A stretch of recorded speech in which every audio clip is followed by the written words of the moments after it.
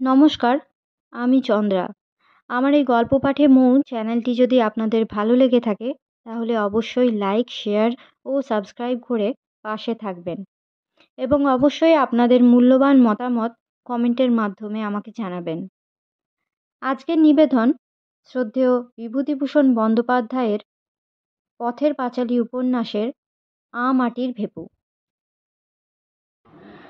প্রথম প্রথম যখন হরিহর কাশী হইতে আসিল তখন সকলে বলিত তাহার ভবিষ্যৎ বড় উজ্জ্বল। এ অঞ্চলে ওরকম বিদ্যা শিখিয়া কেহ আসে নাই। তাহার বিদ্যার সুখ্যাতি সকলের মুখে ছিল। সকলে বলিত সে এইবার একটা কিছু করিবে। সর্বজয়া ভাবিত শীঘ্রই উহারা তাহার স্বামীকে ডাকাইয়া একটা ভালো চাকুরি দিবে। কাহারা চাকুরি দেয় সে সম্বন্ধে তাহার ধারণা ছিল কুয়াশাচ্ছন্ন সমুদ্রবক্ষের মতো অস্পষ্ট। কিন্তু মাসের পর মাস, বৎসরের পর বৎসর করিয়া বহু কাল চলিয়া গেল। অর্ধরাত্রের মাথায় কোনো জরির পোশাক পরা ঘোড়সওয়ার সভা পণ্ডিত পদের নিয়োগপত্র লইয়া ছুটিয়া আসিল না, বা আরব্য উপন্যাসের দৈত্য কোনো মণিখচিত মায়াপ্রসাদ আকাশ বাহিয়া উড়াইয়া আনিয়া তাহাদের ভাঙা ঘরে বসাইয়া দিয়া গেল না, বরং সে ঘরের পোকা কাটা কবাট দিন দিন আরও জীর্ণ হইতে চলিল। কড়িকাঠ আরও ঝুলিয়া পড়িতে লাগিল।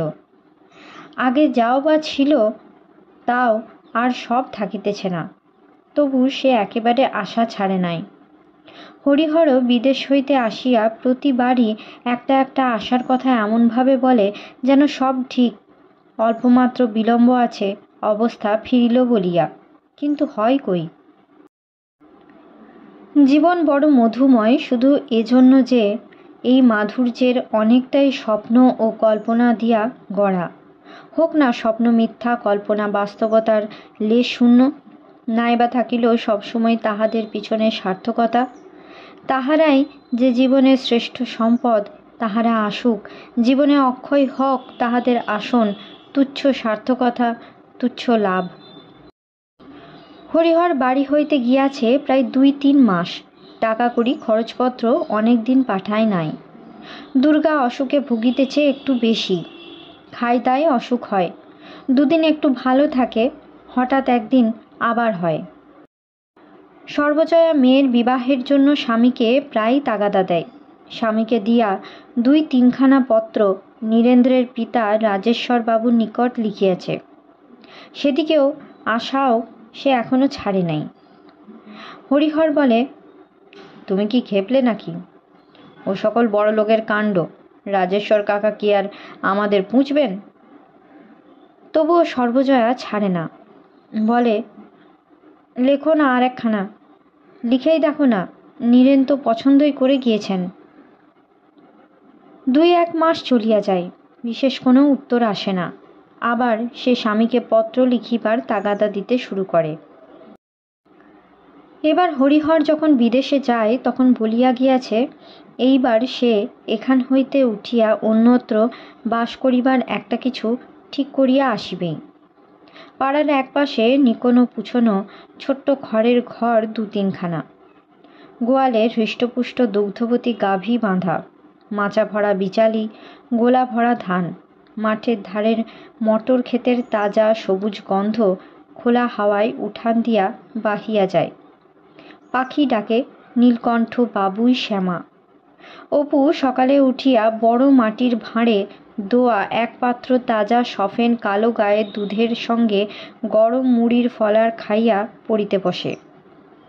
দুর্গা ম্যালেরিয়ায় ভোগে না, সকলেই জানে, সকলেই খাতির করে, আসিয়া পায়ের ধুলা লয়। গরিব বলিয়া কেহ তুচ্ছ তাচ্ছিল্য করে না। শুধুই স্বপ্ন দেখে, দিন নাই রাত নাই, সর্বজয়া শুধুই স্বপ্ন দেখে। তাহার মনে হয় এত কাল পরে সত্য সত্যই একটা কিছু লাগিয়া যাইবে। মনের মধ্যে কে যেন বলে, কেন এতদিন হয় নাই, কেন এতকাল পরে? সেই ছেলেবেলাকার দিনে জামতলায় সজনেতলায় ঘুরিবার সময় হইতে সেজুতির আলপনা আঁকার মন্ত্রের সঙ্গে এ স্বাদ যে তাহার মনে জড়াইয়া আছে। লক্ষ্মীর আলতা পরা পায়ের দাগ আঁকা আঙ্গিনায় শ্বশুরবাড়ির ঘর সংসার পাতাইবে, এরকম ভাঙা পুরনো কোঠা বাঁশবন কে চাহিয়াছিল? দুর্গা একটা ছোট্ট মানকচু কোথা হইতে জোগাড় করিয়া আনিয়া রান্নাঘরে ধরনা দিয়া বসিয়া থাকে। তাহার মা বলে, তোর হলো কি দুর্গা? আজ কি বলে ভাত খাবি? কাল সন্ধ্যাবেলাতেও তো জ্বর এসেছে। দুর্গা বলে, তা হোক মা, সে জ্বর বুঝি, একটু তো মোটে শীত করলো, তুমি এই মানকচুটা ভাতে দিয়ে দুটো ভাত। তাহার মা বলে, যা, অসুখ হয়ে তোর খায় খায় বড্ড বেড়েছে। আজকাল ভালো থাকিস যদি তো পরশু বরং দেব। অনেক কাকুতি মিনতির পর না পারিয়া শেষে দুর্গা মানকচু তুলিয়া রাখিয়া দেয়। খানিকটা চুপ করিয়া বসিয়া থাকে। আপন মনে বলে, আজ খুব ভালো আছি, আজ আর জ্বর আসবে না আমার। ওবেলা দুখানা রুটি আর আলু ভাজা খাবো। একটু পরে হাই ওঠে। সে জানে ইহা জ্বর আসার পূর্ব লক্ষণ, তবুও সে মনকে বোঝায়, হাই উঠুক, এমনি তো কত হাই ওঠে, জ্বর আর হবে না। ক্রমে শীত করে, রৌদ্রে গিয়া বসিতে ইচ্ছা হয়। সে রৌদ্রে না গিয়া মনকে প্রবোধ দেয় যে শীত বোধ হওয়াটা একটা স্বাভাবিক শারীরিক ব্যাপার। জ্বর আসার সহিত ইহার সম্পর্ক কি? কিন্তু কোনো প্রবোধ খাটে না। রৌদ্র না পড়িতে পড়িতে জ্বর আসে। সে লুকাইয়া গিয়া রৌদ্রে বসে, পাছে মা টের পায়। তাহার মন হু হু করে, ভাবে জ্বর জ্বর ভেবে এরকম হচ্ছে, সত্যি সত্যি জ্বর হয়নি। রাঙা রোদ শ্যাওলা ধরা ভাঙা পাঁচিলের গায়ে গিয়া পড়ে। বৈকালের ছায়া ঘন হয়। দুর্গার মনে হয় অন্য মনস্ক হইয়া থাকিলে জ্বর চলিয়া যাইবে। অপুকে বলে, বস দেখি একটু আমার কাছে আয়, গল্প করি। একদিন আর বছর ঘন বর্ষার রাতে সে ও অপু মতলব আঁটিয়া শেষ রাত্রে পিছনে সেজ ঠাকরুনদের বাগানে তাল কুড়াইতে গিয়াছিল। হঠাৎ দুর্গার পায়ে পট করিয়া এক কাঁটা ফুটিয়া গেল। যন্ত্রণায় পিছু হটিয়া বাঁ পাখানা যেখানে রাখিল সেখানে বাঁ পায়েও পট করিয়া আর একটা। সকালবেলা দেখা গেল পাছে রাত্রে উহারা কেহ তাল কুড়াইয়া লয়, এই জন্য সতু তালতলার পথে সোজা করিয়া সারি সারি বেল কাঁটা পুঁতিয়া রাখিয়াছে। আর একদিন যা আশ্চর্য ব্যাপার, কোথা হইতে সেদিন এক বুড়া বাঙাল মুসলমান একটা বড় রংচং করা কাঁচ বসানো টিনের বাক্স লইয়া খেলা দেখাইতে আসে। ও পাড়ায় জীবন চৌধুরীর উঠানে সে খেলা দেখাইতেছিল। দুর্গা পাশেই দাঁড়াইয়াছিল, তাহার পয়সা ছিল না।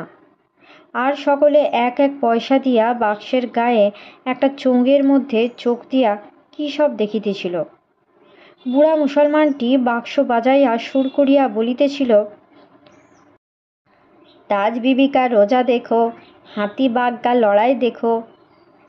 এক একজনের দেখা শেষ হইলে যেমন সে চোং হইতে চোখ সরাইয়া লইতেছিল, অমনি দুর্গা তাহাকে মহা আগ্রহের সহিত জিজ্ঞাসা করিতেছিল, কি দেখলি রে ওর মধ্যে? সব সত্যিকালের? উহ, সে কি অপূর্ব ব্যাপার দেখিয়াছে তাহা তাহারা বলিতে পারে না। কি সে সব? সকলের দেখা একে একে হইয়া গেল। দুর্গা চলিয়া যাইতেছিল। বুড়া মুসলমানটি বলিল, দেখবে না খুকি? দুর্গা ঘাড় নাড়িয়া বলিল, না, আমার কাছে পয়সা নেই। লোকটি বলিল, এসো এসো খুকি, দেখে যাও, পয়সা লাগবে না। দুর্গার একটু লজ্জা হইয়াছিল, মুখে বলিল, না, কিন্তু আগ্রহে কৌতূহলে তাহার বুকের মধ্যে ঢিপ ঢিপ করিয়া উঠিল। লোকটি বলিল, এসো এসো, দোষ কি, এসো দেখো। দুর্গা উজ্জ্বল মুখে পায়ে পায়ে বাক্সের কাছে আসিয়া দাঁড়াইল বটে, তবুও সাহস করিয়া মুখটা চোঙের মধ্যে দিতে পারে নাই। লোকটি বলিল, এই নলটার মধ্যে দিয়ে তাকাও দেখি খুকি। দুর্গা মাথার উড়ন্ত চুলের গোছা কানের পাশে সরাইয়া দিয়া চাহিয়া দেখিল। পরের 10 মিনিটের কথার সে কোনো বর্ণনা করিতে পারে না।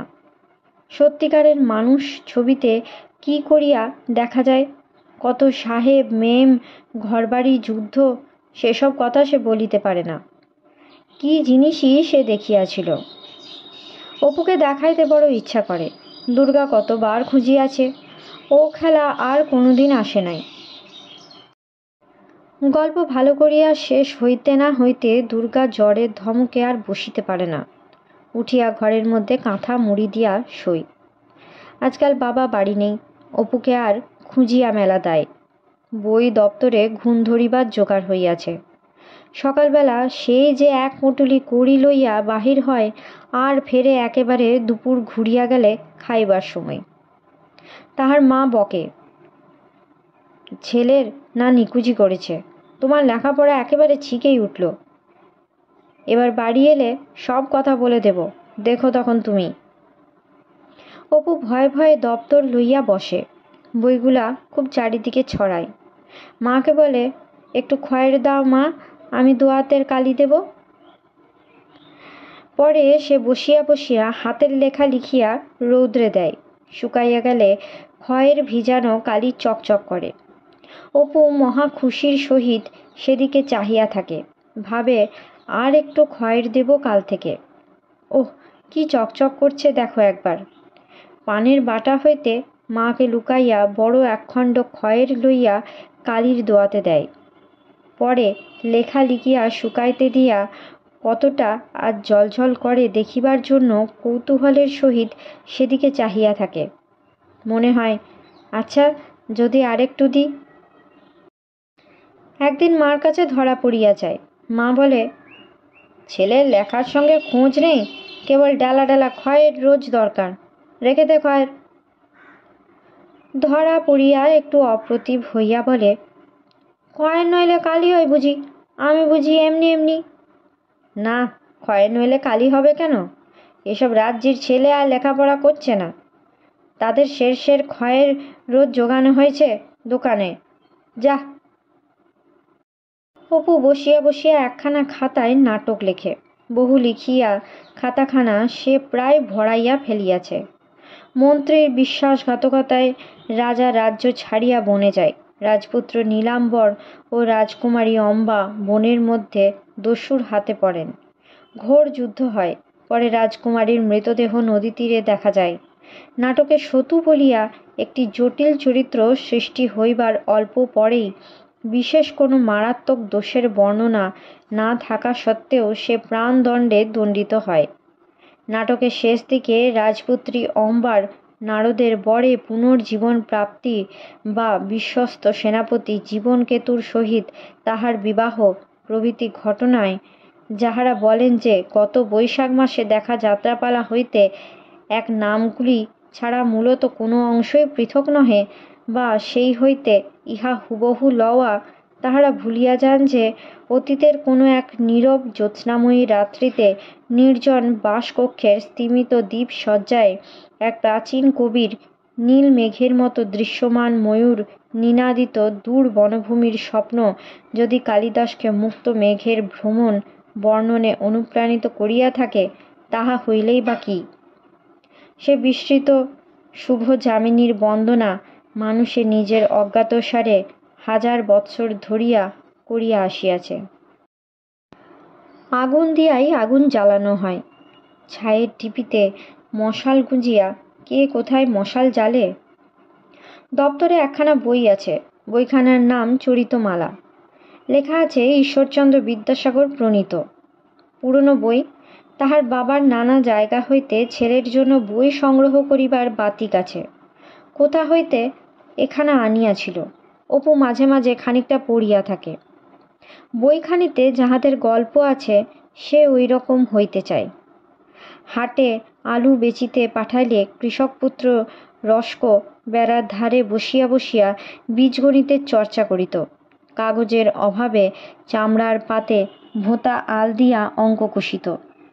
মেষপালক ডুবাল ইতস্তত সঞ্চরণশীল মেষ দলকে যদৃচ্ছ বিচরণের সুযোগ দিয়া এক মনে গাছতলায় বসিয়া ভূচিত্র পাঠে মগ্ন থাকিত।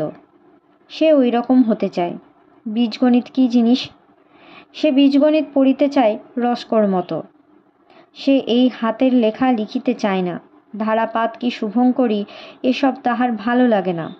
ওই রকম নির্জন গাছতলায় বনের ছায়ায় কি বেড়ার ধারে বসিয়া বসিয়া সে ভূচিত্র জিনিসটা কি সে জানে না, পাতিয়া পড়িবে, বড় বড় বই পড়িবে, পণ্ডিত হইবে ওই রকম।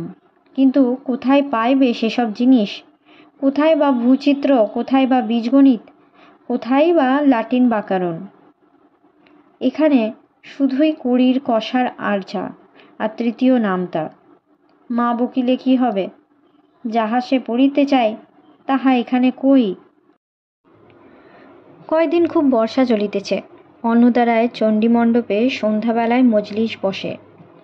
সেদিন সেখানে নীলকুঠির ভুয়ো গল্প হইতে শুরু হইয়া পুরীর কোন মন্দিরের মাথায় 5 মণ ভারী চুম্বক পাথর বসানো আছে, যাহার আকর্ষণের বলে নিকটবর্তী সমুদ্রগামী জাহাজ প্রায়ই পথভ্রষ্ট হইয়া আসিয়া তীরবর্তী মগ্ন শৈলে লাগিয়া ভাঙ্গিয়া যায় প্রভৃতি আরব্য উপন্যাসের গল্পের মতো নানা আজগুবি কাহিনীর বর্ণনা চলিতেছিল। শ্রোতাদের কাহারও উঠিবার ইচ্ছা ছিল না। এরকম আজগুবি গল্প ছাড়িয়া কাহারও বাড়ি যাইতে মন সরিতেছিল না।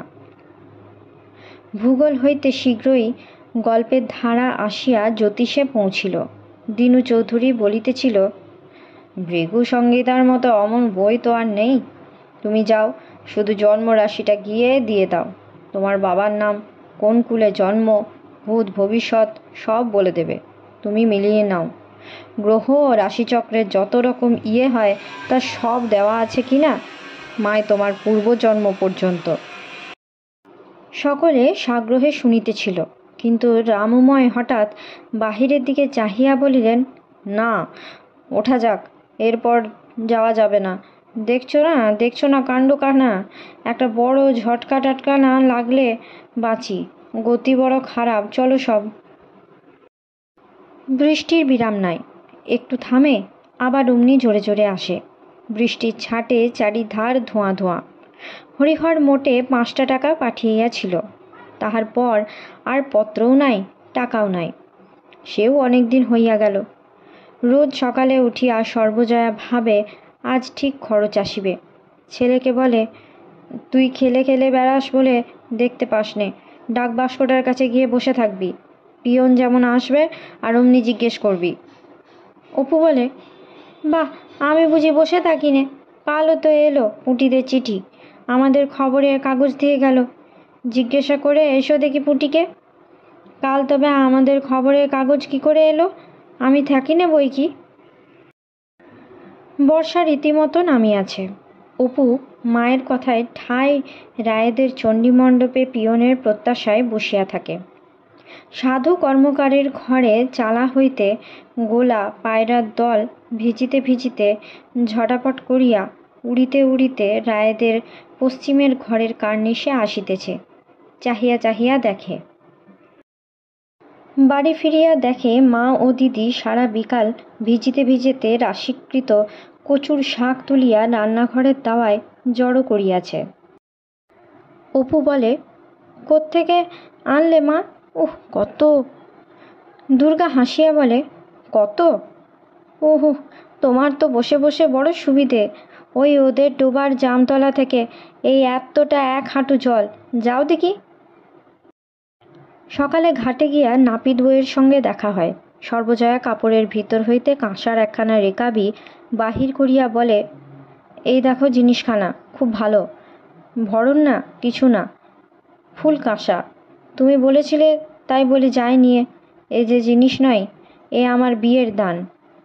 এখন এই জিনিস আর মেলে না।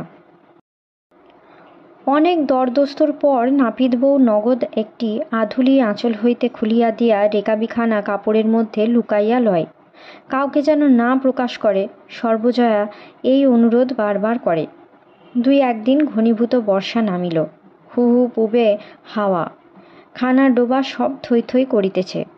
পথে ঘাটে 1 হাঁটু জল। দিন রাত শোঁ শোঁ। বাঁশবনে ঝড় বাঁধে। বাঁশের মাথা মাটিতে লুটাইয়া পড়ে। আকাশের কোথাও ফাঁক নাই। মাঝে মাঝে আগেকার চেয়ে অন্ধকার করিয়া আসে। কালো কালো মেঘের রাশ হু হু উড়িয়া পূব হইতে পশ্চিমে চলিয়াছে। দূর আকাশের কোথায় যেন দেবাসুরের মহাসংগ্রাম বাঁধিয়াছে।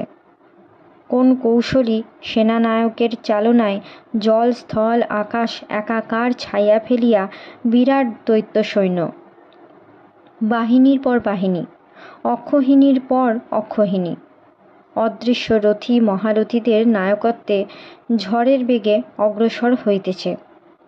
প্রজ্বলন্ত অত্যুগ্র দেবব্রজ আগুন উড়াইয়া চক্ষের নিমেষে বিশাল কৃষ্ণচমুর এদিকে ওদিকে পর্যন্ত ছিঁড়িয়া ফাড়িয়া এই ছিন্ন ভিন্ন করিয়া দিতেছে। এই আবার কোথা হইতে রক্তবীজের বংশ করাল কৃষ্ণ ছায়ায় পৃথিবী অন্তরিক্ষ অন্ধকার করিয়া ঘিরিয়া আসিতেছে। মহাঝড়, দিন রাত শোঁ শোঁ শব্দ, নদীর জল বাড়ে, কত ঘর দোর কত জায়গায় যে পড়িয়া গেল, নদী নালা জলে ভাসিয়া গিয়াছে, গরু বাছুর গাছের তলে বাঁশবনে বাড়ির ছাদতলায় অঝরে দাঁড়াইয়া ভিজিতেছে। পাক পাখালির শব্দ নাই কোনো দিকে।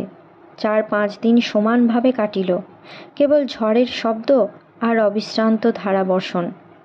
অপু দাওয়ায় উঠিয়া তাড়াতাড়ি ভিজা মাথা মুছিতে মুছিতে বলিল, আমাদের বাঁশতলায় জল এসেছে দিদি, দেখবি?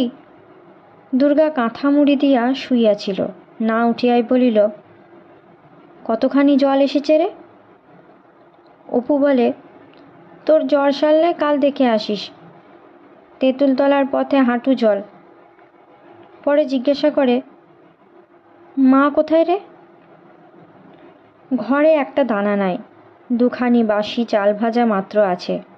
অপু কান্নাকাটি করে, তা হবে না মা, খিদে পায় না বুঝি, আমি 2টি ভাত খাবো। তার মা বলিল, লক্ষ্মী মানিক আমার, ওরকম কি করে? অনেক করে চাল ভাজা মেখে দেবো এখন, রাঁধবো কেমন করে, দেখছিস না কীরকম সেঁওটা করেছে। উনুনের মধ্যে 1 উনুন জ্বলছে।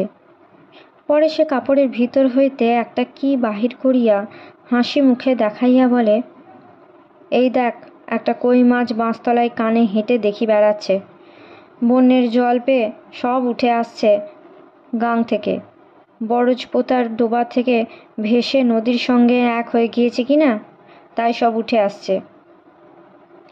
দুর্গা কাঁথা ফেলিয়া ওঠে, অবাক হইয়া যায়, বলে, দেখি মা মাছটা। হ্যাঁ মা, কই মাছ বুঝি কানে হেঁটে বেড়ায়, আর আছে? অপু এখনই বৃষ্টি মাথায় ছুটিয়া যায় আর কি, অনেক কষ্টে তাহার মা তাহাকে থামায়। দুর্গা বলে, একটু জ্বর সারলে কাল সকালে চল অপু, তুই আর আমি বাঁশবাগান থেকে মাছ নিয়ে আসবো এখন।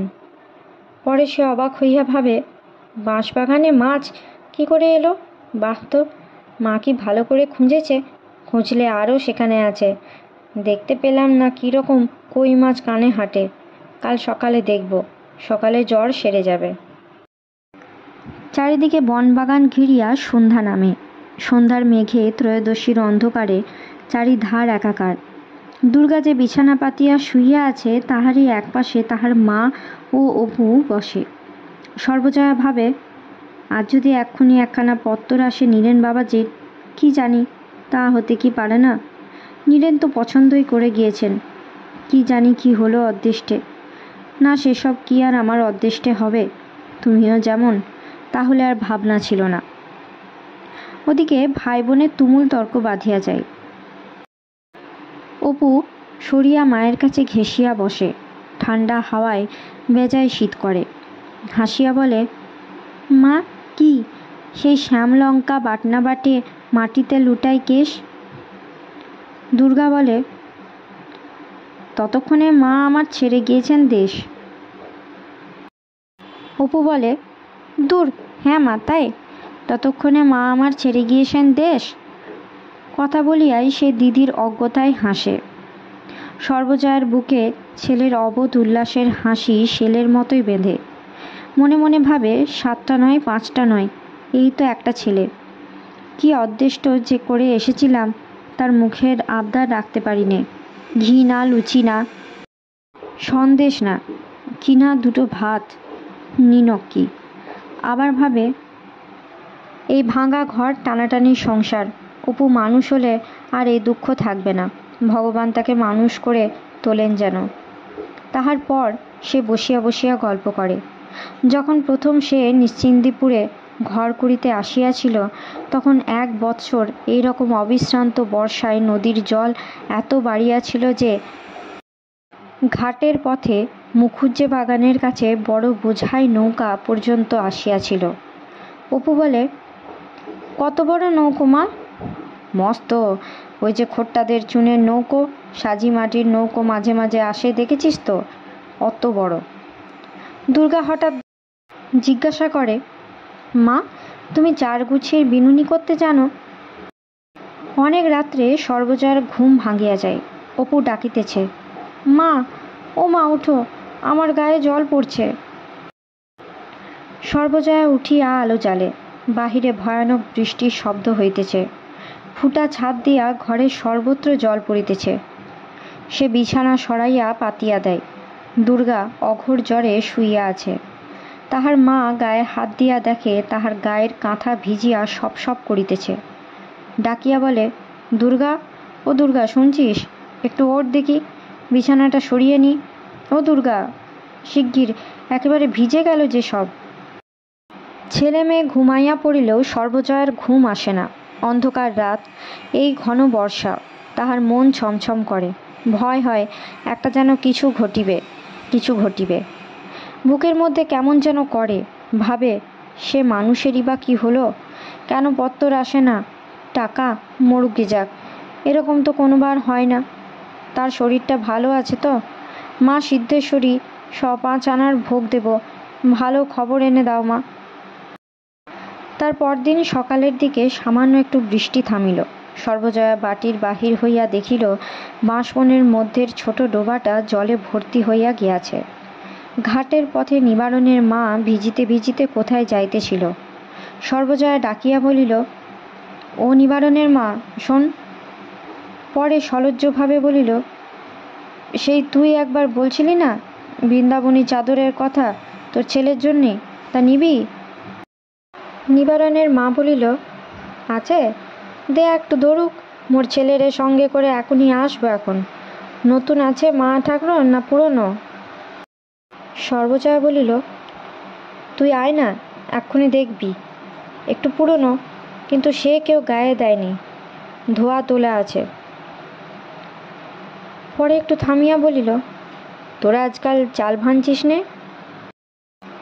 নিবারণের মা বলিল, এই বাদলায় কি ধান শুকোয় মা ঠাকুরন, খাবার বলে 2খানি রেখে দিয়েছি এমনি। সর্বজয়া বলিল, এক কাজ কর না, তাই গিয়ে আমার 1/2 কাঠাখানে কাজ দিয়ে যাবি। একটু সরিয়ে আসিয়া মিনতির সুরে বলিল, বৃষ্টির জন্য বাজার থেকে চাল আনাবার লোক পাচ্ছি নে, টাকা নিয়ে নিয়ে বেড়াচ্ছি, তা কেউ যদি রাজি হয়।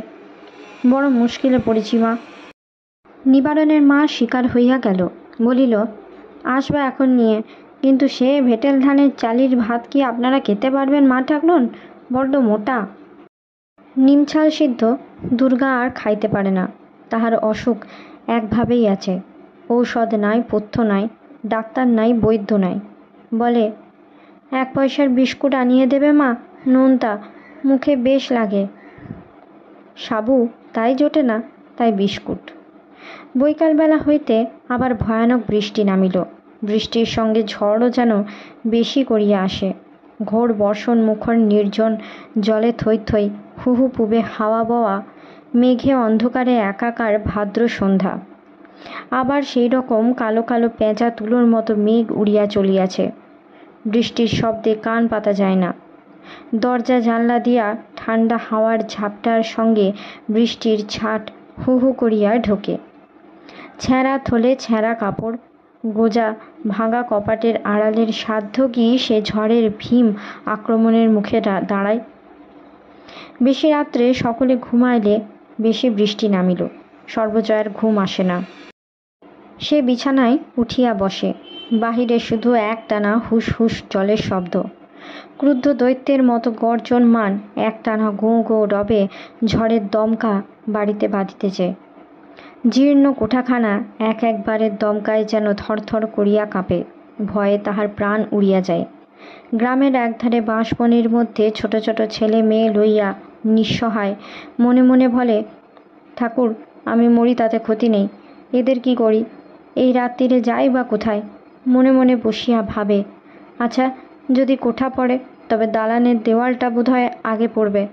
যেমন শব্দ হবে অমনি পানচালার দৌড় দিয়ে ওদের টেনে বার করে নেব। সে যেন আর বসিয়া থাকিতে পারে না। কয়দিন সে ওল শাক কচু শাক সিদ্ধ করিয়া খাইয়া দিন কাটাইতেছে। নিজে উপবাসের পর উপবাস দিয়া ছেলে মেয়েকে যাহা কিছু সামান্য খাদ্য ছিল খাওয়াইয়াছে। শরীর ভাবনায় অনাহারে দুর্বল, মাথার মধ্যে কেমন করে। ঝড়ের গো গো শব্দ। অনেক রাত্রে ঝড় বাড়িল। বাহিরে কি ঝটকা আসিল, উপায়? একবার বড় একটা দমকায় ভয় পাইয়া সে ঝড়ের গতি বুঝিবার জন্য সন্তর্পণে দালানের দুয়ার খুলিয়া বাহিরের রোয়াকে মুখ বাড়াইল। বৃষ্টির ছাঁটে কাপড় চুল সব ভিজিয়া গেল। হু হু একটানা হাওয়ার শব্দে বৃষ্টি পতনের ঝড়ের শব্দ ঢাকিয়া গিয়াছে। বাহিরে কিছু দেখা যায় না। অন্ধকারে মেঘে আকাশে বাতাসে গাছপালায় সব একাকার। ঝড় বৃষ্টির শব্দে আর কিছু শোনা যায় না। এই হিংস্র অন্ধকার ও ক্রূর ঝটিকাময়ী রজনীর আত্মা যেন প্রলয়দেবের দূতরূপে ভীম ভৈরব বেগে সৃষ্টি গ্রাস করিতে ছুটিয়া আসিতেছে। অন্ধকারে রাত্রে গাছপালায় আকাশে মাটিতে তাহার গতিবেদ বাঁধিয়া শব্দ উঠিতেছে। সুইস সুইস সুইস, এই শব্দে প্রথমাংশের দিকে বিশ্বগ্রাসী দূতটা যেন পিছু হটিয়া বল সঞ্চয় করিতেছে। সু, এবং শেষের অংশটায় পৃথিবীর উচ্চ নিচু তাবৎ বায়ুস্তর আলোড়ন মন্থন করিয়া বায়ুস্তরে বিশাল তুফান তুলিয়া তাহার সমস্ত আসুরিকতার বলে সর্বজয়াদের জীর্ণ কোঠাটার পেছনে ধাক্কা দিতেছে। ইস! কোঠা দুলিয়া দুলিয়া উঠিতেছে, আর থাকে না। ইহার মধ্যে যেন কোনো অধীরতা, বিশৃঙ্খলতা, ভ্রম ভ্রান্তি নেই, যেন দৃঢ় অত্যন্ত প্রণালীবদ্ধ ভাবের কর্তব্য কার্য। বিশ্বটাকে নির্দিষ্ট সময়ের মধ্যে চূর্ণ করিয়া উড়াইয়া দেওয়ার ভার সে লইয়াছে। যুগে যুগে এরকম কত হাস্যমুখী সৃষ্টিকে বিধ্বস্ত করিয়া অনন্ত আকাশের অন্ধকারে তারাবাজির মতো ছড়াইয়া দিয়া আসিয়াছে সে মহাশক্তিমান ধ্বংসদূত। এ তার অভ্যস্ত কার্য। এতে তার অধীরতা উন্মত্ততা সাজে না। আতঙ্কে সর্বজয়া দৌড় বন্ধ করিয়া দিল। আচ্ছা, যদি এখন একটা কিছু ঘরে ঢোকে? মানুষ কি অন্য কোনো জানোয়ার? চারিদিকে ঘন বাঁশবন, জঙ্গল, লোকজনের বসতি নাই। মাগো, জলের ছাটে ঘর ভরিয়া যাইতেছে। হাত দিয়া দেখিল ঘুমন্ত অপুর গা জলে ভিজিয়া নেতা হইয়া যাইতেছে। সে কি করে? আর কত রাত আছে? সে বিছানা হাতড়াইয়া দেশলাই খুঁজিয়া কেরোসিনের ডিবেটা জ্বালে। ডাকে, ও অপু, ওর তো, জল পড়ছে। অপু ঘুম চোখে জড়িত গলায় কি বলে বোঝা যায় না। আবার ডাকে, অপু, শুনছিস? ও অপু, ওর দেখি। দুর্গাকে বলে, পাশ ফিরে শো তো দুর্গা, বড্ড জল পড়ছে, একটু সরে পাশ ফের দেখি। অপু উঠিয়া বসিয়া ঘুম চোখে চারিদিকে চায়, পরে আবার শুইয়া পড়ে। হুড়ুম করিয়া বিষম কি শব্দ হয়। সর্বজয়া তাড়াতাড়ি আবার দুয়ার খুলিয়া বাহিরের দিকে উঁকি মারিয়া দেখিল। বাঁশবাগানের দিকটা ফাঁকা ফাঁকা দেখাইতেছে। রান্নাঘরের দেওয়াল পড়িয়া গিয়াছে। তাহার বুক কাঁপিয়া ওঠে। এইবার বুঝি পুরনো কোঠাটা। কে আছে? কাহাকে সে এখন ডাকে? মনে মনে বলে, হে ঠাকুর, আজকাল রাতটা কোনো রকমে কাটিয়ে দাও। হে ঠাকুর, ওদের মুখের দিকে তাকাও। তখনও ভালো করিয়া ভোর হয় নাই। ঝড় থামিয়া গিয়াছে, কিন্তু বৃষ্টি তখনও অল্প অল্প পড়িতেছে। পাড়ার নীলমণি মুখুজ্জের স্ত্রী গোহালে গরুর অবস্থা দেখিতে আসিতেছেন। এমন সময় খিড়কি দোরে বারবার ধাক্কা শুনিয়া দোর খুলিয়া বিস্ময়ের সুরে বলিলেন, নতুন বউ? সর্বজয়া ব্যস্তভাবে বলিল, নদি, একবার বর ঠাকুরকে ডাকো দেখি, একবার শিগগিরই আমাদের বাড়িতে আসতে বলো। দুর্গা কেমন করছে? নীলমণি মুখুজ্জের স্ত্রী আশ্চর্য হইয়া বলিলেন, দুর্গা? কেন, কি হয়েছে দুর্গার? সর্বজয়া বলিল, কদিন থেকে তো জ্বর হচ্ছে আবার যাচ্ছে। ম্যালেরিয়ার জ্বর। কাল সন্ধ্যে থেকে জ্বর বড্ড বেশি। তার উপর কাল রাত্রে কীরকম কাণ্ডই তো জানোই। একবার শিগগিরই বর ঠাকুরকে। তাহার বিস্ত্রস্ত কেশ ও রাতজাগা রাঙা রাঙা চোখের কেমন দিশাহারা চাহনি দেখিয়া নীলমণি মুখুজ্জের স্ত্রী বলিলেন, ভয় কি বউ, দাঁড়াও, আমি এখনই ডেকে দিচ্ছি। চলো, আমিও যাচ্ছি। কাল আবার রাত্রিরে গোয়ালের চালখানা পড়ে গেল। বাবা, কাল রাত্রিরের মতো কাণ্ড আমি তো কখনো দেখিনি। শেষ রাতে সব উঠে গরু টরু সরিয়ে রেখে আবার শুয়েছে কিনা, দাঁড়াও আমি ডাকি। একটু পরে নীলমণি মুখুজ্জে, তাহার বড় ছেলে ফণি, স্ত্রী ও 2 মেয়ে সকলে অপুদের বাড়িতে আসিলেন। রাত্রের অন্ধকারে সেই দৈত্যটা যেন সারা গ্রামখানা দলিত পিষ্ট মথিত করিয়া দিয়া আকাশপথে অন্তর্হিত হইয়াছে। ভাঙা গাছের ডাল, পাতা, চালের খড়, কাঁচা বাঁশপাতা, বাঁশের কঞ্চিতে পথ ঢাকিয়া গিয়াছে। ঝড়ে বাঁশ নুইয়া পথ আটকাইয়া রহিয়াছে। ফণি বলিল, দেখেছেন বাবা কাণ্ডখানা? সেই নবাবগঞ্জের পাকা রাস্তা থেকে বিলিতি চটকা গাছটার পাতা উড়িয়ে এনেছে। নীলমণি মুখুজ্জের ছোট ছেলে একটা মরা চড়ুই পাখি বাঁশপাতার ভেতর হইতে টানিয়া বাহির করিল। দুর্গার বিছানার পাশে অপু বসিয়া আছে। নীলমণি মুখুজ্জে ঘরে ঢুকিয়া বলিলেন, কি হয়েছে বাবা অপু? অপু মুখে উদ্বেগের চিহ্ন, বলিল, দিদি কী সব বকছিল জ্যাঠামশাই। নীলমণি বিছানার পাশে বসিয়া বলিলেন, দেখি হাতখানা, জ্বরটা একটু বেশি। আচ্ছা, কোনো ভয় নেই। ফণি, তুমি একবার চট করে নবাবগঞ্জে চলে যাও দেখি শরৎ ডাক্তারের কাছে, একেবারে ডেকে নিয়ে আসবে। পরে তিনি বললেন, দুর্গা, ও দুর্গা। দুর্গার অঘোর আচ্ছন্ন ভাব, সারা শব্দ নাই। নীলমণি বলিলেন, গর্দরের অবস্থা তো বড্ড খারাপ। জল পড়ে কাল রাত্রে ভেসে গিয়েছে। তা বৌমার লজ্জার কারণই বা কি? আমাদের ওখানে না হয় উঠলেই হতো। হরিটারও কাণ্ডজ্ঞান আর হলো না এ জীবনে। এই অবস্থায় এই রকম ঘরদোর সারানোর একটা ব্যবস্থা না করে কি যে করছে তাও জানি নে। চিরকালটা ওর সমান গেল। তাহার স্ত্রী বলিলেন, ঘর সারাবে কি? খাবার নেই ঘরে, নইলে কি এরকম আতান্তরে ফেলে কেউ বিদেশে যায়? আহা, রোগা মেয়েটা কাল সারা রাত ভিজেছে। একটু জল গরম করতে দাও। ওই জানলাটা খুলে দাও তো ফণি। একটু বেলায় নবাবগঞ্জ হইতে শরৎ ডাক্তার আসিলেন। দেখিয়া শুনিয়া ঔষধের ব্যবস্থা করিলেন। বলিয়া গেলেন যে বিশেষ ভয়ের কোনো কারণ নাই, জ্বর বেশি হইয়াছে। মাথায় জলপটি নিয়মিতভাবে দেওয়ার বন্দোবস্ত করিলেন। হরিহর কোথায় আছে জানা নাই, তবুও তাহার পূর্ব ঠিকানায় তাহাকে একখানি পত্র দেওয়া হইল। পরদিন ঝড় বৃষ্টি থামিয়া গেল। আকাশের মেঘ কাটিতে শুরু করিল। নীলমণি মুখুজ্জে দুবেলা নিয়মিত দেখাশোনা করিতে লাগিলেন। ঝড় বৃষ্টি থামিবার পরদিন হইতেই দুর্গার জ্বর আবার বড় বাড়িল। শরৎ ডাক্তারও সুবিধে বুঝিলেন না।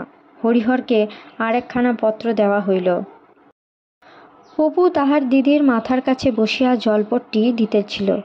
দিদিকে 2-1 বার ডাকিল, ও দিদি শুনছিস? কেমন আছিস ও দিদি?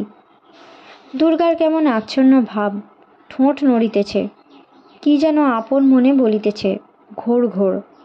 অপু কানের কাছে মুখ লইয়া গিয়া 2-1 বার চেষ্টা করিয়াও কিছু বুঝিতে পারিল না। বৈকালের দিকে জ্বর ছাড়িয়া গেল। দুর্গা আবার চোখ মেলিয়া চাহিতে পারিল এতক্ষণ পরে। ভারী দুর্বল হইয়া পড়িয়াছে। চি চি করিয়া কথা বলিতেছে। ভালো করিয়া না শুনিলে বোঝা যায় না কি বলিতেছে। মা গৃহকার্যে উঠিয়া গেলে অপু দিদির কাছে বসিয়া রহিল। দুর্গা চোখ তুলিয়া তাহার দিকে চাহিয়া বলিল, বেলা কত রে?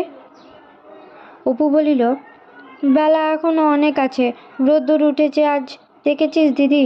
এখনো আমাদের নারকেল গাছের মাথায় রোদ্দুর রয়েছে। খানিকক্ষণ দুজনের কোনো কথা বলিল না। অনেক দিন পরে রৌদ্র ওঠাতে অপুর ভারী আহ্লাদ হইয়াছে। সে জানালার বাহিরে রৌদ্রালোকিত গাছটার মাথায় চাহিয়া রহিল। খানিকটা পরে দুর্গা বলিল, শোন অপু, একটা কথা শোন। কী রে দিদি? পরে সে দিদির মুখের আরও কাছে মুখ লইয়া গেল। আমায় একদিন তুই রেলগাড়ি দেখাবি? দেখব এখন, তুই সেরে উঠলে বাবাকে বলে আমরা সব একদিন গঙ্গা নাইতে যাব রেলগাড়ি করে। সারা দিন রাত্রি কাটিয়া গেল। ঝড় বৃষ্টির কোনো কালে হইয়াছিল মনে হয় না। চারিধারে দারুণ শরতের রৌদ্র। সকাল 10টার সময় নীলমণি মুখুজ্জে অনেক দিন পরে নদীতে স্নান করিতে যাইবেন বলিয়া তেল মাখিতে বসিয়াছেন। তাহার স্ত্রী উত্তেজিত সুর কানে গেল। ওগো, এসো তো একবার এদিকে শিগগিরই, অপুদের বাড়ির দিক থেকে যেন একটা কান্নার গলা পাওয়া যাচ্ছে। ব্যাপার কি দেখিতে সকলে ছুটিয়া গেল। সর্বজয়া মেয়ের মুখের উপর ঝুঁকিয়া পড়িয়া বলিতেছে, ও দুর্গা, চা দেখি। ও মা, ভালো করে চা দেখি। ও দুর্গা। নীলমণি মুখুজ্জে ঘরে ঢুকিয়া বলিলেন, কি হয়েছে? সরো দেখি। আহা, কি সব, বাতাসটা বন্ধ করে দাঁড়াও। সর্বজয়া ভাসুর সম্পর্কের প্রবীণ প্রতিবেশীর ঘরের মধ্যে উপস্থিতি ভুলিয়া গিয়া চিৎকার করিয়া উঠিল, ওগো, কি হলো? মেয়ে অমন করছে কেন? দুর্গা আর চাহিল না। আকাশের নীল আস্তরণ ভেদ করিয়া মাঝে মাঝে অনন্তের হাতছানি আসে। পৃথিবীর বুক থেকে ছেলেমেয়েরা চঞ্চল হইয়া ছুটিয়া গিয়া অনন্ত নীলিমার মধ্যে ডুবিয়া নিজেদের হারাইয়া ফেলে। পরিচিত গতানুগতিক পথের বহু দূর পারে কোনো পথহীন পথে দুর্গার অশান্ত চঞ্চল প্রাণের বেলায় জীবনের সেই সর্বাপেক্ষা বড় অজানার ডাক আসিয়া পৌঁছাইয়াছে। তখন আবার শরৎ ডাক্তারকে ডাকা হইল। বলিলেন, ম্যালেরিয়ার শেষ স্টেজটা আর কি, খুব জ্বরের পর যেমন বিরাম হয়েছে আর অমনি হার্ট ফেল করে, ঠিক এরকম একটা কেস হয়ে গেল সেদিন 10 ঘড়ায়। আধ ঘন্টার মধ্যে পাড়ার লোকে উঠান ভাঙিয়া পড়িল। হরিহর বাড়ি চিঠি পায় নাই। এবার বাড়ি হইতে বাহির হইয়া হরিহর রায় প্রথমে গোয়ারি কৃষ্ণনগর যায়। কাহারও সঙ্গে তথায় পরিচয় ছিল না। শহর বাজার জায়গা, একটা না একটা কিছু উপায় হইবে এই কুহকে পড়িয়াই সে সেখানে গিয়াছিল। গোয়ারিতে কিছুদিন থাকিবার পর সে সন্ধান পাইল যে শহরে উকিল কি জমিদারের বাড়িতে দৈনিক বা মাসিক চুক্তি হিসাবে চণ্ডীপাঠ করার কার্য প্রায়ই জুটিয়া যায়।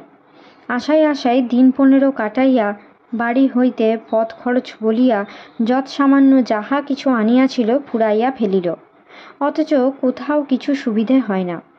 সে পড়িল মহাবিপদে। অপরিচিত স্থান, কেহ একটি পয়সা দিয়া সাহায্য করে এমন নাই। খোড়ে বাজারের যে হোটেলটিতে ছিল, পয়সা ফুরাইয়া গেলে সেখান হইতে বাহির হইতে হইবে। একজনের নিকট শুনিল স্থানীয় হরিসভায় নবাগত অভাবগ্রস্ত ব্রাহ্মণ পথিককে বিনামূল্যে থাকিতে ও খাইতে দেওয়া হয়। অভাব জানাইয়া হরিসভার একটা কুঠুরির এক পাশে থাকিবার স্থান পাইল বটে, কিন্তু সেখানে বড় অসুবিধা। অনেকগুলি নিষ্কর্মা গাঁজাখোর লোক রাত্রিতে সেখানে আড্ডা করে, প্রায় সমস্ত রাত্রি হৈ হৈ করিয়া কাটায়। এমনকি গভীর রাত্রিতে এক একদিন এমন ধরনের স্ত্রীলোকের যাতায়াত দেখা যাইতে লাগিল যাহাদের ঠিক হরি মন্দির দর্শন প্রার্থিনী ভদ্রমহিলা বলিয়া মনে হয় না। এই কষ্টে দিন কাটাইয়া সে শহরের বড় বড় উকিল ও ধনী গৃহস্থের বাড়িতে ঘুরিতে লাগিল। সারা দিন ঘুরিয়া অনেক রাত্রিতে ফিরিয়া এক একদিন দেখিত তাহার স্থানটিতে তাহারই বিছানাটি টানিয়া লইয়া কে একজন অজ্ঞাত কুশলী ব্যক্তি নাক ডাকাইয়া ঘুমাইতেছে। হরিহর কয়েকদিন বাহিরের বারান্দায় শুইয়া কাটাইল। প্রায়ই এরূপ হওয়াতে ইহা লইয়া গাঁজাখোর সম্প্রদায়ের সহিত তাহার একটু বচসা হল। পরদিন প্রাতে তাহারা হরিসভার সেক্রেটারির কাছে গিয়া কি লাগাইল তাহারাই জানে। সেক্রেটারি বাবু নিজ বাড়িতে হরিহরকে ডাকাইয়া পাঠাইলেন ও বলিলেন, তাহাদের হরিসভায় 3 দিনের বেশি থাকিবার নিয়ম নাই, সে যেন অন্যত্র বাসস্থান দেখিয়া লয়। সন্ধ্যার পর জিনিসপত্র লইয়া হরিহরকে হরিসভার বাড়ি হইতে বাহির হইতে হইল। খোড়ে নদীর ধারে অল্প একটু নির্জন স্থানে পুঁটুলিটা নামাইয়া রাখিয়া নদীর জলে হাত মুখ ধুইল। সারাদিন কিছু খাওয়া হয় নাই। সেদিন একটি কাঠের গোলাতে বসিয়া শ্যামা বিষয়ে গান করিয়াছিল। গোলার অধিকারী একটি টাকা প্রণামী দেয়। সেই টাকাটি হইতে কিছু পয়সা ভাঙাইয়া বাজার হইতে মুড়ি ও দই কিনিয়া আনিল। খাবার গলা দিয়া যেন নামে না। মাত্র দিন দশেকের সম্বল রাখিয়া সে বাড়ি হইতে বাহির হইয়াছে। অদ্য প্রায় 2 মাসের উপর হইয়া গেল, এ পর্যন্ত একটি পয়সা পাঠাইতে পারে নাই। এতদিন কি করিয়া তাহাদের চলিতেছে? অপু বাড়ি হইতে আসিবার সময় বারবার বলিয়া দিয়াছে তাহার জন্য একখানা পদ্মপুরাণ কিনিয়া লইয়া যাইবার জন্য। ছেলে বই পড়িতে বড় ভালোবাসে। মাঝে মাঝে সে যে বাপের বাক্স দপ্তর হইতে লুকাইয়া বই বাহির করিয়া লইয়া পড়ে, তাহা হরিহর বুঝিতে পারে। বাক্সের ভিতর আনাড়ি হাতের হেলা গোছা করা থাকে। কোন বই বাবা বাক্সের কোথায় রাখে ছেলে তাহা জানে না। উল্টো পাল্টা করিয়া সাজাইয়া চুরি ঢাকিবার অক্ষম চেষ্টা করে। হরিহর বাড়ি ফিরিয়া বাক্স খুলিলেই বুঝিতে পারে ছেলের কীর্তি। তাহার বাড়ি হইতে আসিবার পূর্বে হরিহর যুগীপাড়া হইতে একখানা বটতলার পদ্ম পড়িবার জন্য লইয়া আসে। অপু বইখানা দখল করিয়া বসিল। রোজ রোজ পড়ে। পুচুনিপাড়ায় শিব ঠাকুরের মাছ ধরিতে যাওয়ার কথাটা পড়িয়া তাহার ভারী আমোদ। হরিহর বলে, বইখানা দাও বাবা, যাদের বই তাদের চাচ্ছে যে। অবশেষে একখানা পদ্মপুরাণ তাহাকে কিনিয়া দিতে হইবে, এই শর্তে বাবাকে রাজি করাইয়া তবে সে বই ফেরত দেয়। আসিবার সময় বারবার বলিয়াছে, সেই বই একখানা এনো কিন্তু বাবা, এবার অবশ্যই। দুর্গার উঁচু নজর নাই, সে বলিয়া দিয়াছে একখানা সবুজ হাওয়ায় কাপড় ও এক পাতা ভালো দেখিয়া আলতা লইয়া যাইবার জন্য। কিন্তু সেই সব তো দূরের কথা, কি করিয়া বাড়িতে সংসার চলিতেছে সেই না এখন সমস্যা। সন্ধ্যার পর পূর্ব পরিচিত কাঠের গোলাটায় গিয়া সে রাত্রের মতো আশ্রয় লইল। ভালো ঘুম হইল না। বিছানায় শুইয়া বাড়িতে কি করিয়া কিছু পাঠায় এই ভাবনায় এপাশ ওপাশ করিতে লাগিল। সকালে উঠিয়া ঘুরিতে ঘুরিতে সে লক্ষ্যহীনভাবে পথের এক স্থানে দাঁড়াইল। রাস্তার ওপারে একটা লাল ইটের লোহার ফটকলা বাড়ি। অনেকক্ষণ চাহিয়া তাহার কেমন মনে হইল এই বাড়িতে গিয়া দুঃখ জানাইলে তাহার একটা উপায় হইবে। কলের পুতুলের মতো সে ফটকের মধ্যে ঢুকিয়া পড়িল। সাজানো বৈঠকখানা, মার্বেল পাথরের ধাপে স্তরে স্তরে বসানো ফুলের টব, পাথরের পুতুল, পাম, দরজায় ঢুকিবার স্থানে পাপোশ পাতা। একজন প্রৌঢ় ভদ্রলোক বৈঠকখানায় খবরের কাগজ পড়িতেছেন। অপরিচিত লোক দেখিয়া কাগজ পাশে রাখিয়া সোজা হইয়া বসিয়া জিজ্ঞাসা করিলেন, কে তুমি, কি দরকার?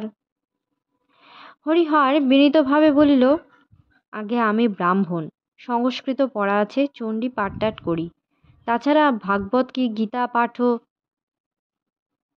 প্রৌঢ় ভদ্রলোকটি ভালো করিয়া কথা না শুনিয়াই তাহার সময় অত্যন্ত মূল্যবান, বাজে কথা শুনিবার সময় নিতান্ত সংক্ষেপ জানাইয়া দিবার ভাবে বলিলেন, না, এখানে এসব কিছু এখন সুবিধে হবে না, অন্য জায়গায় দেখুন।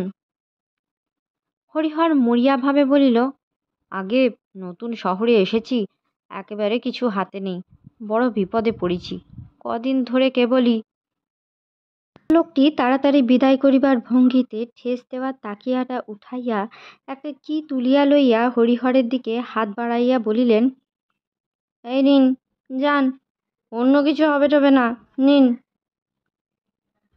সেটা যে শ্রেণীর মুদ্রাই হোক, সেইটাই অন্য সুরে দিতে আসিলে হরিহর লইতে কিছুমাত্র আপত্তি করিত না। এরূপ সে বহু স্থানে লইয়াছেও। কিন্তু সে বিনীতভাবে বলিল, আগে ও আপনি রাখুন, আমি এমনি কারুর কাছে নিই নে, আমি শাস্ত্র পাঠটাট করি, তাছাড়া কারুর কাছে। আচ্ছা থাক। একটু শুভযোগ বোধহয় ঘটিয়াছিল। রক্ষিত মহাশয়ের কাঠের গোলাতেই একদিন একটা সন্ধান জুটিল। কৃষ্ণনগরের কাছে একটা গ্রামে একজন বর্ধিষ্ণু মহাজন গৃহদেবতার পূজা পাঠ করিবার জন্য একজন ব্রাহ্মণ খুঁজিতেছে, যে বরাবর টিকিয়া থাকিবে। রক্ষিত মহাশয়ের যোগাযোগে অবিলম্বে হরিহর সেখানে গেল। বাড়ির কর্তাও তাহাকে পছন্দ করিলেন, থাকিবার ঘর দিলেন, আদর আপ্যায়নের জন্য কোনো ত্রুটিও হইল না। কয়েকদিন কাজ করিবার পর পূজা আসিয়া পড়িল। বাড়ি যাইবার সময়ে বাড়ির কর্তা 10 টাকা প্রণামী ও যাতায়াতের গাড়ি ভাড়া দিলেন। গোয়াড়িতে রক্ষিত মহাশয়ের নিকট বিদায় লইতে আসিলে সেখান হইতেও 5টি টাকা প্রণামী পাওয়া গেল। আকাশে বাতাসে গরম রৌদ্রের গন্ধ, নীল নির্মেঘ আকাশের দিকে চাহিলে মনে হঠাৎ উল্লাস আসে। বর্ষা শেষের সরস সবুজ লতাপাতায় পথিকের চরণভঙ্গিতে কেমন একটা আনন্দ মাখানো। রেলপথের দুপাশে কাশফুলের ঝাড় গাড়ির বেগে লুটাইয়া পড়িতেছে। চলিতে চলিতে কেবলই বাড়ির কথা মনে হয়।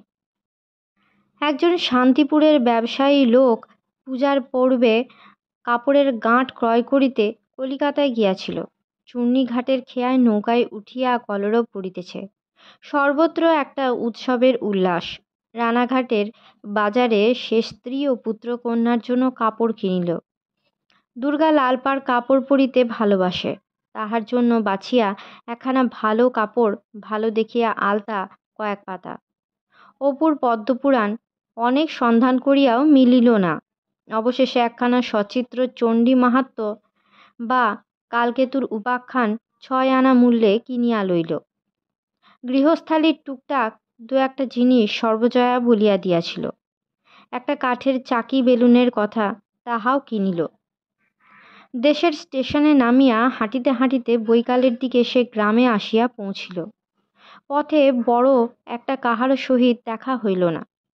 দেখা হইলেও সে হনহন করিয়া উদ্বিগ্ন চিত্তে কাহারও দিকে বিশেষ লক্ষ্য না করিয়া বাড়ির দিকে চলিল। দরজায় ঢুকিতে ঢুকিতে আপন মনে বলিল, উহ, দেখো কাণ্ডখানা, বাঁশঝাড়টা ঝুঁকে পড়েছে একেবারে পাঁচিলের উপরে। ভুবন কাকা কাটবেনও না, মুশকিল হয়েছে। আচ্ছা। পরে সে বাড়ির উঠানে ঢুকিয়া অভ্যাস মতো আগ্রহের সুরে ডাকিল, ও মা দুর্গা, ও অপু। তাহার গলার স্বর শুনিয়া সর্বজয়া ঘর হইতে বাহির হইয়া আসিল। হরিহর হাসিয়া বলিল, বাড়ির সব ভালো? এরা সব কোথায় গেল? বাড়ি নেই বুঝি? সর্বজয়া শান্তভাবে আসিয়া স্বামীর হাত হইতে ভারী পুঁটুলিটা নামাইয়া লইয়া বলিল, এসো, ঘরে এসো। স্ত্রীর অদৃষ্টপূর্ব শান্ত ভাব হরিহর লক্ষ্য করিলেও তাহার মনে কোনো খটকা হইল না। তাহার কল্পনার স্রোত এমন তখন উদ্দাম বেগে অন্যদিকে ছুটিয়াছে। এখনই ছেলে মেয়ে ছুটিয়া আসিবে। দুর্গা আসিয়া হাসি মুখে বলিবে, কি বাবা এর মধ্যে? অমনি তাড়াতাড়ি হরিহর পুটুলি খুলিয়া মেয়ের কাপড় ও আলতার পাতা এবং ছেলের সচিত্র চণ্ডী মাহাত্ম্য বা কালকেতুর উপাখ্যান ও টিনের রেলগাড়িটা দেখাইয়া তাহাদের তাক লাগাইয়া দিবে। সে ঘরে ঢুকিতে ঢুকিতে বলিল, বেশ কাঁঠালের চাকি বেলুন এনেছি এবার। পরে কিছু নিরাশা মিশ্রিত সতৃষ্ণ নয়নে চারিদিকে চাহিয়া বলিল, কই, অপু দুর্গা এরা বুঝি সব বেরিয়েছে? সর্বজয়া আর কোনো মতেই চাপিতে পারিল না। উচ্ছ্বসিত কণ্ঠে ফুকারিয়া কাঁদিয়া উঠিল, ওগো দুর্গা কি আর আছে গো? মা যে আমাদের ফাঁকি দিয়ে চলে গিয়েছে গো। এতদিন কোথায় ছিলে?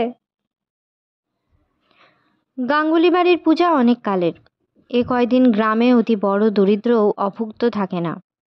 সব বনেদি বন্দোবস্ত, নির্দিষ্ট সময়ে কুমোর আসিয়া প্রতিমা গড়ায়, পটো চালচিত্র করে, মালাকার সাজ যোগায়। বারাসে মধুখালীর দ হইতে বাউরিরা রাশি রাশি পদ্ম ফুল তুলিয়া আনে। আঁশমালির দিনু সানাইদার অন্য অন্য বৎসরের মতো রসুন চৌকি বাজাতে আসিল। প্রভাতের আকাশে আগমনীর আনন্দ সুর বাজিয়া ওঠে। আনন্দ আসন্ন হেমন্ত ঋতুর স্নেহ অভ্যর্থনা, নবধান্যগুচ্ছের নব আগন্তুক শেফালি দলের, হিমালয়ের পার হইতে উড়িয়া আসা পথিক পাখি শ্যামার, শিশির স্নিগ্ধ মৃণাল ফোঁটা হেমন্ত সন্ধ্যার। নূতন কাপড় পরাইয়া ছেলেকে সঙ্গে লইয়া হরিহর নিমন্ত্রণ খাইতে যায়। একখানা অগোছালো চুলে ঘেরা ছোট মুখের স্বনির্বন্ধ গোপন অনুরোধ দুয়ারের পাশে বাতাসে মিশাইয়া থাকে। হরিহর পথে পা দিয়া কেমন অন্যমনস্ক হইয়া পড়ে। ছেলেকে বলে, এগিয়ে চলো, অনেক বেলা হয়ে গিয়েছে বাবা। গাঙ্গুলি বাড়ির প্রাঙ্গণ উৎসব বেশে সজ্জিত, হাসি মুখ ছেলে মেয়েতে ভরিয়া গিয়াছে। অপু চাহিয়া দেখিল সতু ও তাহার ভাই কেমন কমলা লেবু রঙের জামা গায়ে দিয়াছে। সবুজ শাড়ি পরিয়া ও দিব্য চুল বাঁধিয়া রানু দিদিকে যা মানাইয়াছে, গাঙ্গুলি বাড়ির মেয়ে সুনয়নী খোঁপায় রজনীগন্ধা ফুল গেঁজিয়া আর ৫-৬টি মেয়ের সঙ্গে পূজার দালানে দাঁড়াইয়া খুব গল্প করিতেছে ও হাসিতেছে। সুনয়নী বাদে বাকি মেয়েদের সে চেনে না, বোধহয় অন্য জায়গা হইতে উহাদের বাড়ি পূজার সময় আসিয়া থাকিবে।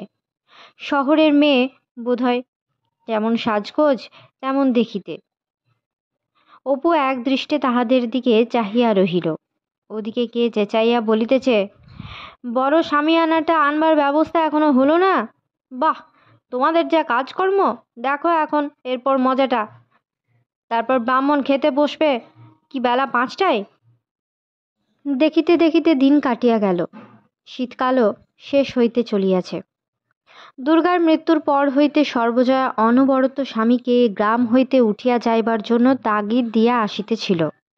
হরিহরও নানা স্থানে চেষ্টার কোনো ত্রুটি করে নাই, কিন্তু কোনো স্থানেই কোনো সুবিধা হয় না। সে আশা সর্বজয়া আজকাল একটু ছাড়িয়াই দিয়াছে। মধ্যে গত শীতকালে হরিহরের জ্ঞাতি ভ্রাতা নীলমণি রায়ের বিধবা স্ত্রী এখানে আসিয়াছেন ও নিজেদের ভিটা জঙ্গলাবৃত হইয়া যাওয়াতে ভুবন মুখুজ্জের বাটিতে উঠিয়াছেন। হরিহর নিজের বাটিতে বৌদিদিকে আনাইবার রাখিবার যথেষ্ট আগ্রহ দেখাইয়াছিল, কিন্তু নীলমণি রায়ের স্ত্রী রাজি হন নাই। এখানে বর্তমানে তাহার সঙ্গে আসিয়াছে মেয়ে অতসী ও ছোট ছেলে সুনীল। বড় ছেলে সুরেশ কলিকাতায় স্কুলে পড়ে, গ্রীষ্মের বন্ধের পূর্বে এখানে আসিতে পারিবে না। অতসীর বয়স বছর 14, সুনীলের বয়স 8 বছর। সুনীল দেখিতে তত ভালো নয়, কিন্তু অতসী বেশ সুশ্রী, তবে খুব সুন্দরী বলা চলে না। তাহা হইলেও বরাবর ইহারা লাহোরে কাটাইয়াছে। নীলমণি রায় সেখানে কমিসারিয়েটে চাকরি করিতেন। সেখানে ইহাদের জন্ম, সেখানেই লালিত পালিত। কাজেই পশ্চিম প্রদেশ সুলভ নিটোল স্বাস্থ্য ইহাদের প্রতি অঙ্গে। ইহারা এখানে প্রথম আসিলে সর্বজয়া বড় মানুষ জায়ের সঙ্গে মেশামেশি করিবার চেষ্টা পাইয়াছিল। সুনীলের মা নগদে ও কোম্পানির কাগজে 10,000 টাকার মালিক এ কথা জানিয়া জায়ের প্রতি সম্ভ্রমে তাহার হৃদয় পূর্ণ হইয়া যায়। গায়ে পড়িয়া আলাপ জমাইবার চেষ্টা কম করে নাই, কিন্তু শেষ পর্যন্ত সর্বজয়া নির্বোধ হইলেও বুঝিতে পারিল যে সুনীলের মা তাহাকে ততটা আমল দিতে প্রস্তুত নহেন। তাহার স্বামী চিরকাল বড় চাকরি করিয়া আসিয়াছেন, তিনি ও তাহার ছেলে মেয়ে অন্যভাবে জীবনযাপনে অভ্যস্ত। শুরু হইতে তিনি দরিদ্র জ্ঞাতি পরিবার হরিহরের সঙ্গে এমন একটা ব্যবধান রাখিয়া চলিতে লাগিলেন যে সর্বজয়া আপনি হটিয়া আসিতে বাধ্য হইল। কথায় ব্যবহারে কাজে খুঁটিনাটি সব ব্যাপারেই তিনি জানাইয়া দিতে লাগিলেন যে সর্বজয়া কোনো রকমেই তাহাদের সঙ্গে সমানে সমানে মিশিবার যোগ্য নহে। তাহাদের কথাবার্তায়, পোশাক পরিচ্ছদে, চাল চলনে এই ভাবটা অনবরত প্রকাশ পায় যে তাহারা অবস্থাপন্ন ঘর, ছেলে মেয়ে সর্বদা ফিটফাট সাজিয়া আছে, কাপড় এতটুকু ময়লা হইতে পায় না, চুল সর্বদা আঁচড়ানো, অতসীর গলায় হার, হাতে সোনার চুড়ি, কানে সোনার দুল, এক প্রস্তর চা ও খাবার না খাইয়া সকালে কেহ কোথাও বাহির হয় না, সঙ্গে পশ্চিমা চাকর আছে, সেই সব গৃহকর্ম করে। মোটের উপর সর্ববিষয়েই সর্বজয়াদের দরিদ্র সংসারের চালচলন হইতে উহাদের ব্যাপারের বহু পার্থক্য। সুনীলের মা নিজের ছেলেকে গ্রামের কোনো ছেলের সঙ্গেই বড় একটা মিশিতে দেন না, অপুর সঙ্গেও নয়। পাছে পাড়া গায়ের এইসব অশিক্ষিত অসভ্য ছেলেপিলেদের দলে মিশিয়া তাহার ছেলে মেয়ে খারাপ হইয়া যায়। তিনি এই গ্রামে বাস করিবার জন্য আসেন নাই, জরিপের সময় নিজেদের বিষয় সম্পত্তির তত্ত্বাবধান করিতে আসাই তাহার উদ্দেশ্য। ভুবন মুখুজ্জেরা ইহাদের কিছু জমা রাখেন, সেই খাতিরে পশ্চিম কোঠায় 2খানা ঘর ইহাদের জন্য ছাড়িয়া দিয়াছেন। রান্না বান্না খাওয়া দাওয়াও ইহাদের পৃথক হয়। ভুবন মুখুজ্জেদের সঙ্গে ব্যবহারে সুনীলের মায়ের কোনো পার্থক্য দৃষ্ট হয় না, কারণ ভুবন মুখুজ্জের পয়সা আছে, কিন্তু সর্বজয়াকে তিনি একেবারে মানুষের মধ্যেই গণ্য করেন না। দোলের সময় নীলমণি রায়ের বড় ছেলে সুরেশ কলিকাতা হইতে আসিয়া প্রায় দিন 10 বাড়ি রহিল।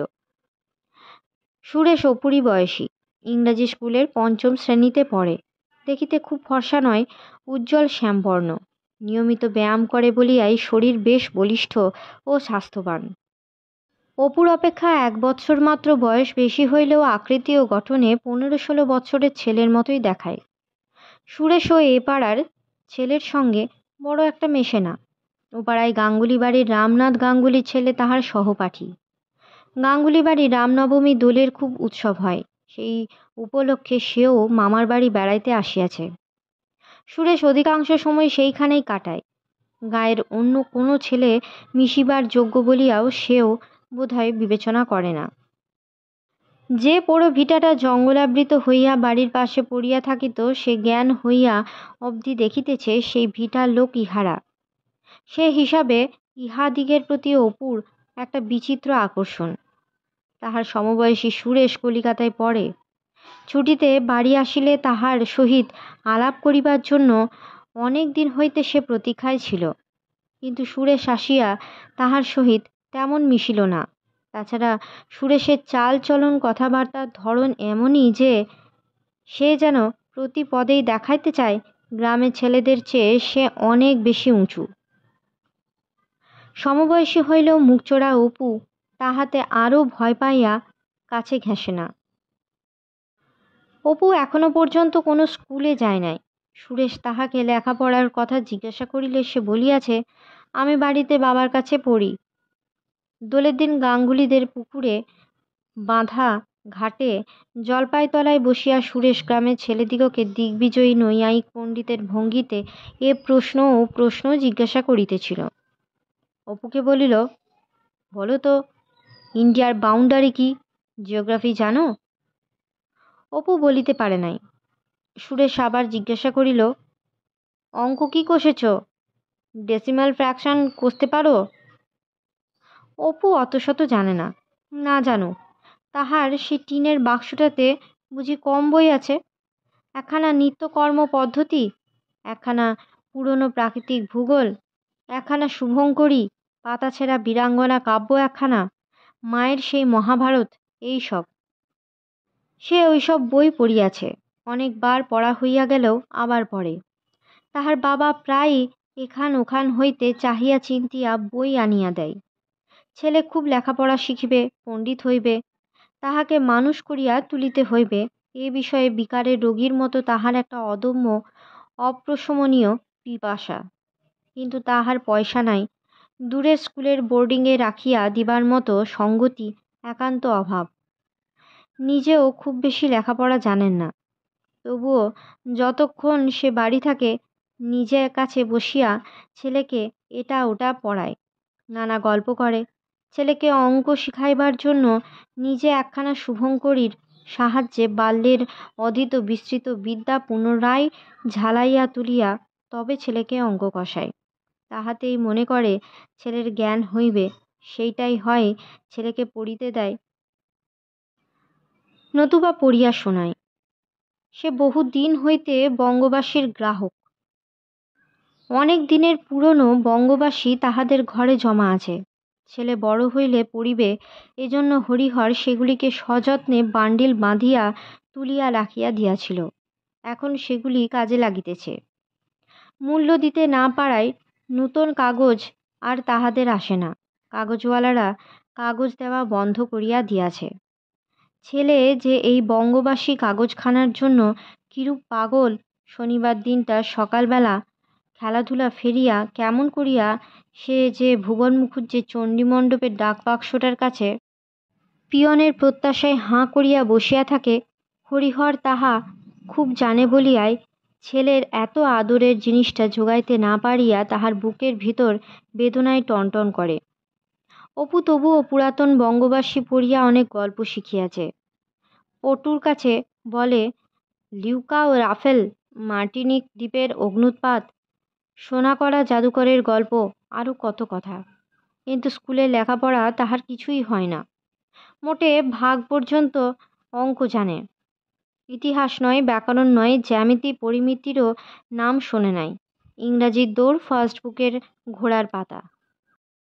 ছেলের ভবিষ্যৎ সম্বন্ধে তাহার মায়ের একটু অন্যরূপ ধারণা। সর্বজয়া পাড়া গাঁয়ের মেয়ে, ছেলে স্কুলে পড়িয়া মানুষ হইবে এ উচ্চ আশা তাহার নাই। তাহার পরিচিত মহলে কেউ কখনো স্কুলের মুখ দেখে নাই। তাহাদের যেসব শিষ্যবাড়ি আছে, ছেলে আর কিছুদিন পরে সেসব ঘরে যাতায়াত করিবে, সেগুলি বজায় রাখিবে, ইহাই তাহার বড় আশা। আরও একটা আশা সর্বজয়া রাখে। গ্রামের পুরোহিত দীনু ভট্টাচার্য বৃদ্ধ হইয়াছে, ছেলেরাও কেহ উপযুক্ত নয়। রানীর মা, গোকুলের বউ, গাঙ্গুলি বাড়ির বড় বধূ সকলেই মত প্রকাশ করিয়াছেন যে তাহারা ইহার পর অপুকে দিয়া কাজকর্ম করাইবেন। দীনু ভট্টাচার্যের অবর্তমানে তাহার গাঁজাখোর পুত্র ভম্বলের পরিবর্তে নিষ্পাপ সরল সুশ্রী এই ছেলেটি গ্রামের মনসা পূজায়, লক্ষ্মী পূজায় তাহাদের আয়োজনের সঙ্গী হইয়া থাকিবে। গ্রামের মেয়েরা এই চায়। অপুকে সকলেই ভালোবাসে। ঘাটে পথে প্রতিবেশিনীদের মুখে এই ইচ্ছা প্রকাশ করিতে সর্বজয়া অনেকবার শুনিয়াছে এবং এইটাই বর্তমানে তাহার সবচেয়ে উচ্চ আশা। সে গরিব ঘরের মেয়ে, গরিব ঘরের বধূ, ইহা ছাড়া কোনো উজ্জ্বল ভবিষ্যতের ধারণা নাই। এই যদি ঘটে তাহা হইলেই শেষ রাত্রের স্বপ্নকে সে হাতের মুঠোয় পায়। একদিন এ কথা ভুবন মুখুজ্জের বাড়িতে উঠিয়াছিল। দুপুরের পর সেখানে তাসের আড্ডায় পাড়ার অনেকেই উপস্থিত ছিলেন। সর্বজয়া সকলের মন জোগাইবার ভাবে বলিল, এই বড় খুড়ি আছেন, ঠাকুমা আছেন, মেজদি আছেন, এদের যদি দয়া হয় তবে অপু আমার সামনের ফাগুনে পৈতেটা দিয়ে নিয়ে গায়ের পুজোটাতে হাত দিতে পারে। ওরা আমার তাহলে ভাব নাকি? ৮-১০ ঘর শিষ্যবাড়ি আছে, আর যদি মা সিদ্ধেশ্বরীর ইচ্ছেই গাঙ্গুলি বাড়ির পুজোটা বাঁধা হয়ে যায় তাহলেই। সুনীলের মা মুখ টিপিয়া হাসিলেন। তাহার ছেলে সুরেশ বড় হইলে আইন পড়িয়া তাহার জ্যাঠতুতো ভাই পাটনার বড় উকিল তাহার কাছে আসিয়া ওকালতি করিবে। সুরেশের সে মামা নিঃসন্তান, অথচ খুব পয়সাওয়ালা উকিল। এখন হইতেই তাহাদের ইচ্ছা যে সুরেশকে কাছে রাখিয়া লেখাপড়া শেখান। কিন্তু সুনীলের মা পরের বাড়ির ছেলে রাখিতে যাইবেন কেন ইত্যাদি সংবাদ নির্বোধ সর্বজয়ার মতো হাউ হাউ না বকিয়াও ইতিপূর্বে মাঝে বিকালে মিশালে কথাবার্তার ফাঁকে তিনি সকলকে বুঝাইয়া দিয়াছেন। ভুবন মুখুজ্জের বাড়ির বাহিরে আসিয়া সর্বজয়া ছেলেকে বলিল, শোনো একটা কথা। পরে চুপি চুপি বলিল, তো জেঠিমার কাছে গিয়ে বলিস না যে জেঠিমা আমার জুতো নেই, আমায় একজোড়া জুতো দাও না কিনে। অপু বলিল, কেন মা? বলিস না, বড় লোক ওরা, চাইলে হয়তো ভালো একজোড়া জুতো দেবে এখন। দেখিস নি যেমন ওই সুরেশের পায়ে আছে, তোর পায়ে ওরকম লাল জুতো বেশ মানায়। অপু লাজুক মুখে বলিল, আমার বড় লজ্জা করে, আমি বলতে পারবো না। কি হয়তো ভাববে আমি। সর্বজয়া বলিল, তা এতে আবার লজ্জা কি? আপনার জন, বলিস না, তাতে কি?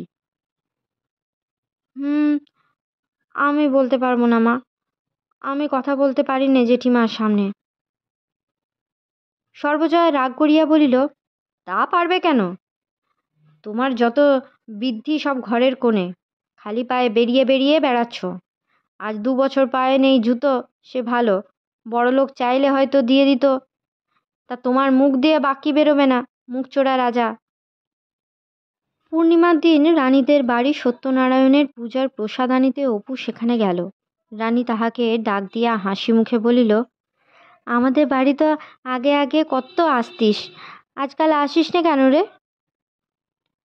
কেন আসবো না রানুদি, আসি তো। রানী অভিমানের সুরে বলিল, হ্যাঁ আসিস, ছাই আসিস। আমি তোর কথা কত ভাবি, তুই ভাবিস আমার কথা, আমাদের কথা? না বই কি, বারে মাকে জিজ্ঞেস করে দেখো দেখি। এছাড়া অন্য কোনো সন্তোষজনক কৈফিয়ত তাহার জোগাইল না।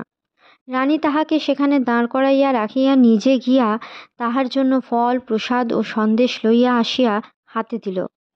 হাসিয়া বলিল, থালা শুদ্ধ নিয়ে যা, আমি কাল গিয়ে খুড়িমার কাছ থেকে নিয়ে আসব। রানীর মুখের হাসিতে তাহার উপর একটা পরম নির্ভরতার ভাব আসিল অপুর। রানুদি কি সুন্দর দেখিতে হইয়াছে আজকাল। রানুদির মতো সুন্দরী এ পর্যন্ত অন্য কোনো মেয়ে সে দেখে নাই। অতসীদি সর্বদা বেশ ফিটফাট থাকে বটে, কিন্তু দেখিতে রানুদির কাছে লাগে না। তাহা ছাড়া অপু জানে এ গ্রামের মেয়েদের মধ্যে রানুদির মতো মন কোনো মেয়েরই নেই। দিদির পর যদি সে কাহাকেও ভালোবাসে তো সে রানুদি। রানুদিও যে তাহার দিকে টানে তাহা কি আর অপু জানে না? সে থালা তুলিয়া চলিয়া যাইবার সময় একটু ইতস্তত করিয়া বলিল, রানুদি, তোমাদের এই পশ্চিমের ঘরের আলমারিতে যে বইগুলো আছে সতুদা পড়তে দেয় না, একখানা দেবে পড়তে? পড়েই দিয়ে যাব। রানী বলিল, কোন বই আমি তো জানি নে, দাঁড়া আমি দেখছি। সতু প্রথমে কিছুতেই রাজি হয় না, অবশেষে বলিল, আচ্ছা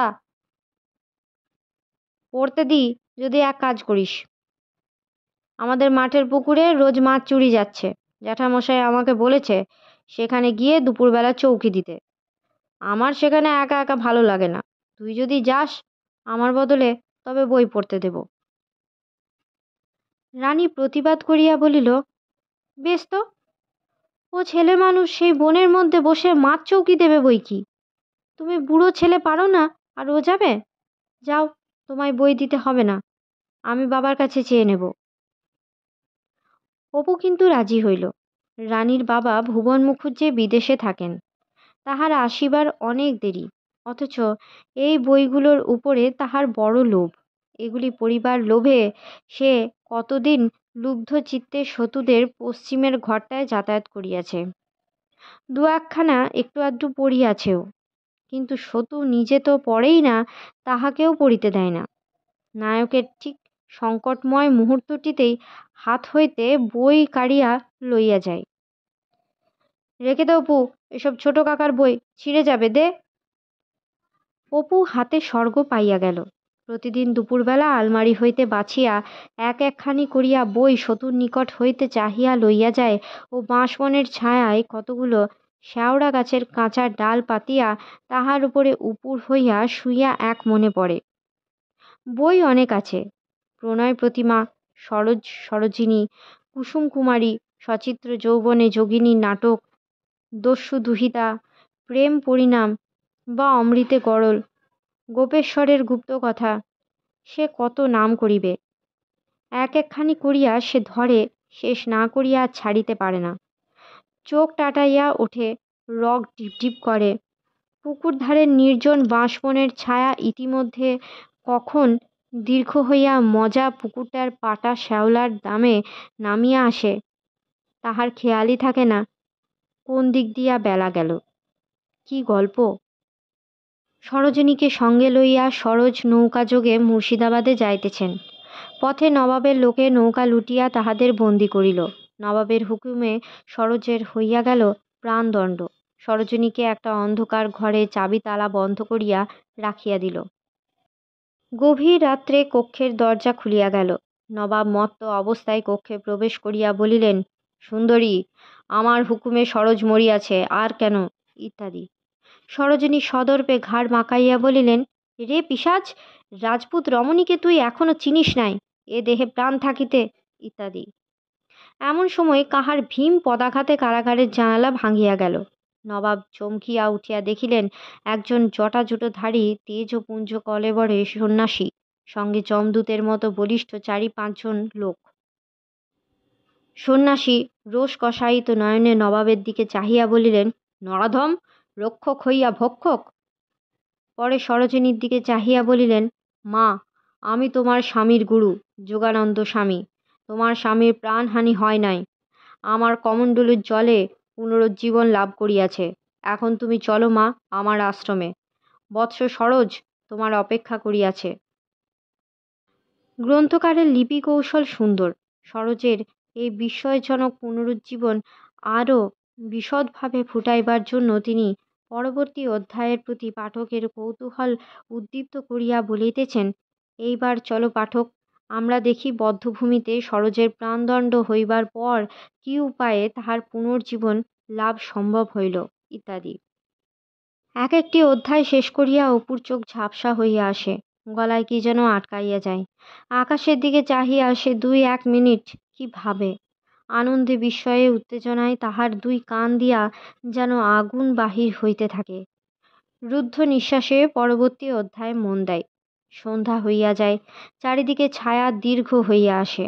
মাথার উপরে বাঁশ ছাড়ে কত কি পাখির ডাক শুরু হয়। উঠি উঠি করিয়াও বইয়ের পাতার ইঞ্চি 1 উপরে চোখ রাখিয়া পড়িতে থাকে, যতক্ষণ অক্ষর দেখা যায়। এই রকম বই তো সে কখনো পড়ে নাই। কোথায় লাগে সীতার বনবাস আর ডুবালের গল্প। বাড়ি আসিলে তাহার মা বকে, এমন হাবলা ছেলেও তুই, পরের মাঠ চৌকি দিস গিয়ে সেই একলা বনের মধ্যে বসে একখানা বই পড়বার লোভে। আচ্ছা বোকা পেয়েছে তোকে। কিন্তু বোকা অপুর লাভ যেদিক দিয়ে আসে তাহার মায়ের সেদিক সম্বন্ধে কোনো ধারণাই নেই। আজকাল সে 2খানা বই পাইয়াছে, মহারাষ্ট্র জীবন প্রভাত ও রাজপুত জীবন সন্ধ্যা। উইঢিপি বৈচিবনের প্রেক্ষাপটে নিস্তব্ধ দুপুরে মায়ায় দৃশ্যের পর দৃশ্য পরিবর্তিত হইয়া চলে। জেলেখা নদীর ওপরে বসিয়া আহত নরেনের শুশ্রূষা করিতেছে। আওরঙ্গজেবের দরবারে নিজেকে 5,000 মনসবদারের মধ্যে স্থান পাইতে দেখিয়া শিবাজী রাগে ফুলিয়া ভাবিতেছে, শিবাজী 5,000? একবার পুনায় যাও তো, শিবাজী ফৌজে 5,000 মনসবদারের কাছে গনিয়া আসিবে। রাজবাড়ার মুরু পর্বতে, দিল্লি আগ্রার রংমহালের শীষমহালে ওড়না কোশওয়াজ পরা সুন্দরী দলের সঙ্গে তাহার সারা দিনমান কাটে। এ কোন জগৎ, যেখানে শুধু জ্যোৎস্না, তলোয়ার খেলা, সুন্দর মুখের বন্ধুত্ব, আহেরিয়া উৎসবে দীর্ঘ বর্ষা হাতে ঘোড়ায় চড়িয়া ঊষর উপত্যকা ও ভুট্টা ক্ষেত্র পার হইয়া ছোটা। বীরের যাহা সাধ্য, রাজপুতের যাহা সাধ্য, মানুষের যাহা সাধ্য, প্রতাপ সিংহ তাহা করিয়াছিলেন। হলদিঘাটের পার্বত্য বটমের প্রতি পাষাণ ফলকে তাহার কাহিনী লেখা আছে। দেওয়ারের রণক্ষেত্রের 12 সহস্র রাজপুতের হৃদয় রক্তে তাহার কাহিনী অক্ষয় করিয়া লেখা আছে। বহুদিন পরেও প্রাচীন বদ্রীগণ শীতের রাত্রিতে অগ্নিকুণ্ডের পার্শ্বে বসিয়া পৌত্র পৌত্রীগণের নিকট হলদিঘাটের অদ্ভুত বীরত্বের কথা বলিত। অদৃশ্য হস্ত নিক্ষিপ্ত একটি বর্ষা আসিল। অপু এই গ্রামের চির শ্যাম বনভূমির ছায়ায়, লতা পাতার নিবিড়তায়, ভিজা মাটির গন্ধে মানুষ হইয়াছে। তবুও সে জানে রাজপুতানার ভিল প্রদেশের বা আরাবল্লী মেবারের প্রত্যেকটি স্থান, নাহারা মগরর অপূর্ব বন্য সৌন্দর্য সে ভালো করিয়াই চেনে। পর্বত হইতে অবতরণশীল শস্ত্রপাণি তেজসিংহের মূর্তি কি সুন্দর মনে হয়। সেই চপ্পন প্রদেশে অনেক দিন অবধি সেই ভিল গ্রামের নির্জন কন্দরে ও উন্নত শিখরে রজনী দ্বিপ্রহরের সময় একটি রমণী কণ্ঠ নিঃসৃত গীত শ্রুত হইত। অতি প্রত্যুষে নির্জন প্রান্তরে পথিকগণ কখনো কখনো একটি রমণীর পাণ্ডুর মুখ ও চঞ্চল নয়ন দেখিতে পাইত। লোকে বলিত, কোনো বিশ্রাম শূন্যা উদ্বিগ্ন বনদেবী হইবে। সেই গানের অস্পষ্ট করুণ মূর্ছনা যেন অপুর কানে বাঁশবাগানের পিছন হইতে ভাসিয়া আসে। কমল মীর, সূর্যগড়ের যুদ্ধ, সেনাপতি শাহবাজ খাঁ, সুন্দরী নূরজাহান, পুষ্পকুমারী, বন্য ভিল প্রদেশ, বীর বালক চন্দন সিংহ, দূর সুদূর কল্পনা, তবু কত নিকট, কত বাস্তব মনে হয়। রাজবাড়ার মরুভূমি আর নীল আরাবল্লীর উন্নত পর্বতের শিখরে শিখরে চেনার বৃক্ষে ফুল ফুটিয়া ঝরিয়া পড়িয়াছে। দেবী মীমার লক্ষ্মীর অলক্ত রক্ত পদচিহ্ন আঁকা রহিয়াছে বুনাস ও বড়ি নদীর তটভূমির শিলাখণ্ডে। ঝর্নার উপলরাশির উপরে, বাজরা ও জোয়ারের ক্ষেতে ও মৌল বনে। চিত রক্ষা হইল না। রানা অমর সিংহ বাদশাহের সম্মান গ্রহণ করিলেন।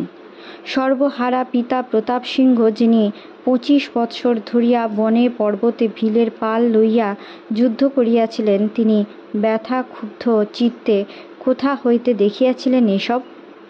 তপ্ত চোখের জলে পুকুর, উইঢিপি, বৈচিবন, বাঁশবাগান সব ঝাপসা হইয়া আসে। সেদিন দুপুরে তাহার বাবা একটা কাগজের মোড়ক দেখাইয়া হাসি মুখে বলিল, দেখো তো খোকা, কি বলো দেখি। অপু তাড়াতাড়ি বিছানার উপরে উঠিয়া বসিল। উৎসাহের সুরে জিজ্ঞাসা করিল, খবরের কাগজ না বাবা? সেদিন রাম কবচ লিখিয়া দিয়া বেহারি ঘোষের শাশুড়ির নিকট যে 3টি টাকা পাইয়াছে স্ত্রীকে গোপন করিয়া হরিহর তারই মধ্যে 2 টাকা খবরের কাগজের দাম পাঠাইয়া দিয়াছিল। স্ত্রী জানিতে পারিলে অন্য 5টা অভাবের গ্রাস হইতে টাকা 2টাকে কোনো মতেই বাঁচানো যাইত না। অপু বাবার হাত হইতে তাড়াতাড়ি কাগজের মোড়কটা লইয়া খুলিয়া ফেলে। হ্যাঁ, খবরের কাগজ বটে। সেই বড় বড় অক্ষরে বঙ্গবাসী কথাটা লেখা, সেই নতুন কাগজের গন্ধটা, সেই ছাপা, সেই সব যাহার জন্য বৎসরখানেক পূর্বে সে তীর্থের কাকের মতো অধীর আগ্রহে ভুবন মুখুজ্জেদের চণ্ডীমণ্ডপের ডাকবাক্সটার কাছে পিয়নের অপেক্ষায় প্রতি শনিবারে হাঁ করিয়া বসিয়া থাকিত। খবরের কাগজ, খবরের কাগজ, কি সব নতুন খবর না জানি দিয়াছে, কি অজানা কথা সব লেখা আছে ইহার বড় বড় পাতায়। হরিহরের মনে হয় 2টি টাকার বিনিময়ে ছেলের মুখে যে আনন্দের হাসি ফুটাইয়া তুলিয়াছে তাহার তুলনায় কোনো বন্ধকি মাকড়ি খালাসের আত্মপ্রসাদ মোটেই বেশি হইত না।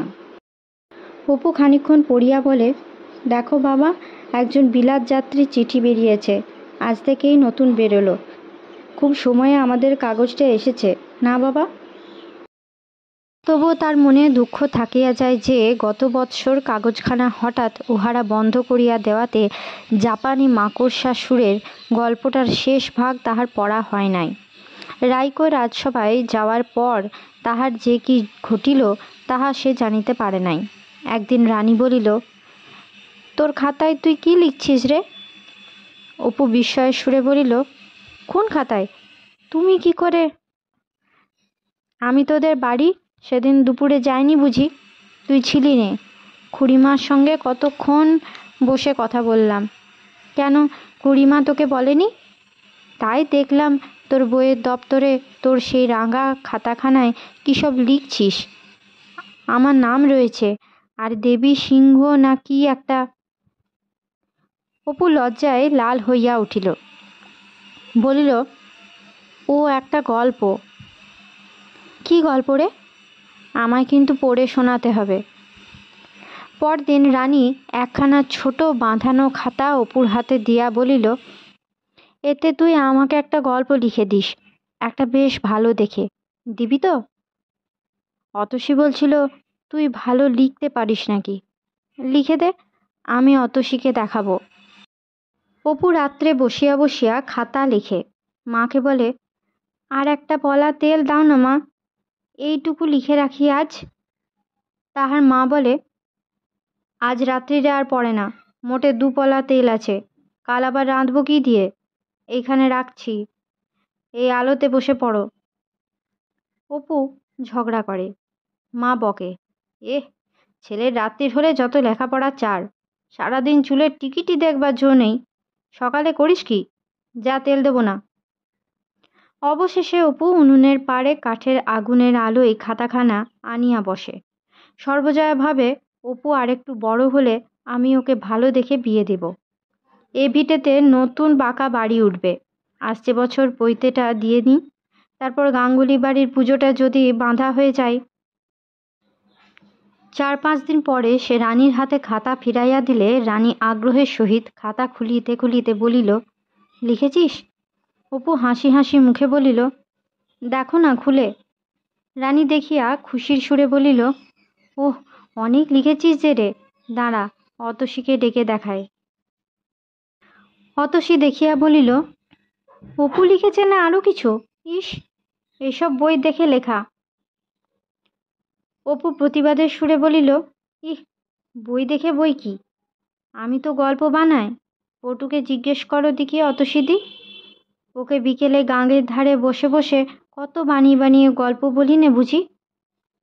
রানী বলিল, না ভাই, ও লিখেছে আমি জানি। ও এরকম লেখে, খাসা যাত্রার পালা লিখেছিল খাতাতে, আমায় পড়ে শোনালে। পরে অপুকে বলিল, নাম লিখে দিসনি তোর? নাম লিখে দে। অপু আবার একটু অপ্রতিভতার সুরে বলিল যে, গল্পটা তাহার শেষ হয় নাই, হইলেই নাম লিখিয়া দিবে এখন। সচিত্র যৌবনে যোগিনী নাটকের ধরনে গল্প আরম্ভ করিলেও শেষটা কিরূপ হইবে সে ভাবিয়া ঠিক করিতে পারে নাই। অথচ দীর্ঘদিন তাহার কাছে খাতা থাকিলে রানুদি, বিশেষ করিয়া অতসীদি পাছে তাহার কবিতা প্রতিভা সম্পর্কে সন্দিহান হইয়া পড়ে, এই ভয়ে অসমাপ্ত অবস্থাতেই সেখানা ফেরত দিয়াছে। তাহার বাবা বাড়িতে নাই। সকালে উঠিয়া সে তাহাদের গ্রামের আর সকলের সঙ্গে পাশের গ্রামে এক আদ্য শ্রাদ্ধে নিমন্ত্রণে গেল। সুনীল গেল তাহার সঙ্গে। নানা গ্রামের ফলারে বামুনের দল ৫-৬ ক্রুশ দূর হইতেও হাঁটিয়া আসিয়াছে। এক এক ব্যক্তি ৫-৬টি করিয়া ছেলে মেয়ে সঙ্গে করিয়া আসিয়াছে। সকলকে সুবিধে মতো স্থানে বসাইতে গিয়া একটা দাঙ্গা বাঁধিবার উপক্রম। প্রত্যেকের পাতে চারিখানি করিয়া লুচি দিয়া যাইবার পর পরিবেশনকারীরা বেগুন ভাজা পরিবেশন করিতে আসিয়া দেখিল কাহারও পাতে লুচি নাই। সকলেই পার্শ্ববর্তী চাদরে বা গামছায় লুচি তুলিয়া বসিয়া আছে। ছোট ছোট ছেলে অতশত না বুঝিয়া পাতের লুচি ছিঁড়িতে যাইতেছে। তাহার বাপ বিশ্বেশ্বর ভট্টাচার্য ছোঁ মারিয়া ছেলের পাত হইতে লুচি উঠাইয়া পাশের চাদরে রাখিয়া বলিল, ওগুলো রেখে দাও না, আবার এখনই দেবে, খেও এখন। তাহার পর খানিকক্ষণ ধরিয়া ভীষণ শোরগোল হইতে লাগিল। লুচির ধামাটা এ শাড়িতে, কুমড়োটা যে আমার পাতে একেবারেই, ওহে গরম গরম দেখে, মশাই কি দিলেন হাত দিয়ে দেখুন দিকে, সেব কাঁচা ময়দা ইত্যাদি। ছাঁদার পরিমাণ লইয়া কর্মকর্তাদের সঙ্গে ব্রাহ্মণদের তুমুল বিবাদ। কে একজন চিৎকার করিয়া বলিতে লাগিল, তাহলে আর সেখানে ভদ্রলোকেদের নিমন্ত্রণ করতে নেই। ৫ গন্ডা লুচি, এ একেবারে ধরা বাঁধা ছাঁদার রেট। বল্লাল সেনের আমল থেকে বাঁধা হয়েছে। চাই নে তোমার ছাঁদা। কন্দর্প মজুমদার এমন জায়গায় কখনো। কর্মকর্তা হাতে পায়ে ধরিয়া কন্দর্প মজুমদারকে প্রসন্ন করিলেন। অপুও এক পুঁটুলি ছাঁদা বহিয়া আনিল। সর্বজয়া তাড়াতাড়ি বাহিরে আসিয়া হাসি মুখে বলিল, ও মা, এ যে কত এনেছিস, দেখি খোলতো। লুচি, পান্তুয়া, গজা, কত রে? ঢেকে রেখে দি, সকালবেলা খেয়েও এখন। অপু বলিল, তোমায়ও কিন্তু মা খেতে হবে, তোমার জন্যে আমি চেয়ে ২বার করে পান্তুয়া নিয়েছি। সর্বজয়া বলিল, হ্যাঁ রে, তুই বললি নাকি আমার মা খাবে, দাও। তুই তো একটা হাবলা ছেলে। অপু ঘাড় ও হাত নাড়িয়া বলিল, হ্যাঁ, তাই বুঝি আমি বলি? এমন করে বললাম তারা ভাবলে আমি খাবো। সর্বজয়া খুশির সহিত পুঁটুলিটা তুলিয়া ঘরে লইয়া গেল। খানিকক্ষণ পরে অপু সুনীলদের বাড়ি গেল। উহাদের ঘরে রোয়াকে পা দিয়াই শুনিল সুনীলের মা সুনীলকে বলিতেছেন, ওসব কেন বয়ে আনলি বাড়িতে? কে আনতে বলেছে তোকে? সুনীল সকলের দেখা দেখি ছাঁদা বাঁধিয়াছিল। বলিল, কেন মা, সবাই তো নিলে, অপুও তো এনেছে। সুনীলের মা বলিলেন, অপু আনবে না কেন? ও ফলারে বামুনের ছেলে। ও এরপর ঠাকুর পুজো করে আর ছাঁদা বেঁধে বেড়াবে, ওই ওদের ধারা। ওর মাটাও অমনি হ্যাংলা। ওই জন্য আমি তখন তোমাদের নিয়ে এ গায়ে আসতে চাইনি। সঙ্গে পড়ে যত কুশিক্ষে হচ্ছে।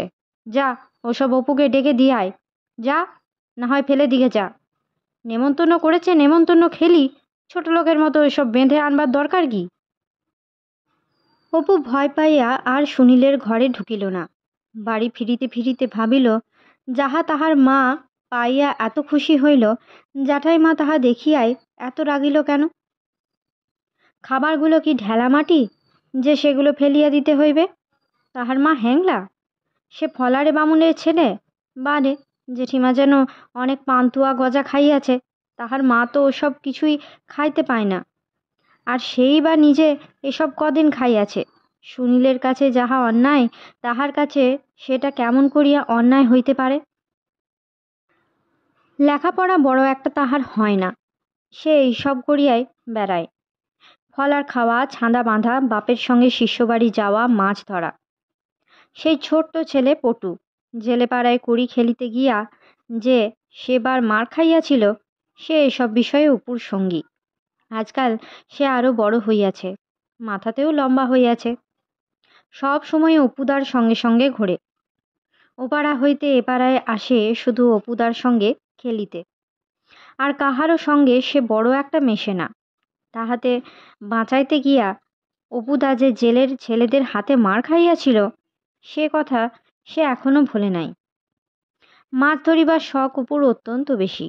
সোনাডাঙ্গা মাঠের নিচে ইছামতির ধারে কাঁচি কাটা খালের মুখে ছিপে খুব মাছ ওঠে। প্রায় সেখানটিতে গিয়া নদী তীরে একটা বড় ছাতিম গাছের তলায় মাছ ধরিতে বসে। স্থানটা তাহার ভারী ভালো লাগে, একেবারে নির্জন। দুধারে নদীর পাড়ে কত কি গাছপালা নদীর জলে ঝুঁকিয়া পড়িয়াছে। ওপারে ঘন সবুজ উলুবন, মাঝে মাঝে লতা দোলানো কদম শিমুল গাছ, বেগুনি রঙের বনকলমি ফুলের ছাওয়া ঝোপ, দূরে মাধবপুর গ্রামের বাঁশবন। পাখির ডাকে বনের ছায়ায় উলুবনের শ্যামতলায় মেশামেশি মাখামাখি স্নিগ্ধ নির্জনতা। সেই ছেলেবেলায় প্রথম কুঠির মাঠে আসার দিনটি হইতে এই মাঠ বন নদীর কি মোহ যে তাহাকে পাইয়া বসিয়াছে। ছিপ ফেলিয়া ছাতিম গাছের ছায়ায় বসিয়া চারিদিকে চাহিতেই তাহার মন অপূর্ব পুলকে ভরিয়া ওঠে।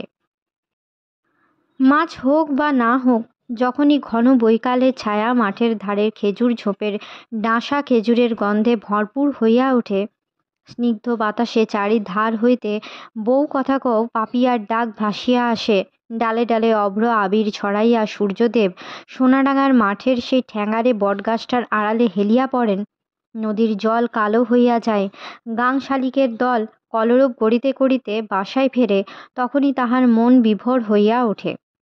পুলক ভরা চোখে চারিদিকে চাহিয়া দেখে, মনে হয় মাছ না পাওয়া গেলেও রোজ রোজ সে এইখানটিতে আসিয়া বসিবে, ঠিক এই বড় ছাতিম গাছটার তলাতে। মাছ প্রায়ই হয় না। স্বরের ফাতনা স্থির জলে দণ্ডের পর দণ্ড নিবাদ নিষ্কম্প দীপশিখার মতো অটল। এক স্থানে অতক্ষণ বসিয়া থাকিবার ধৈর্য তাহার থাকে না।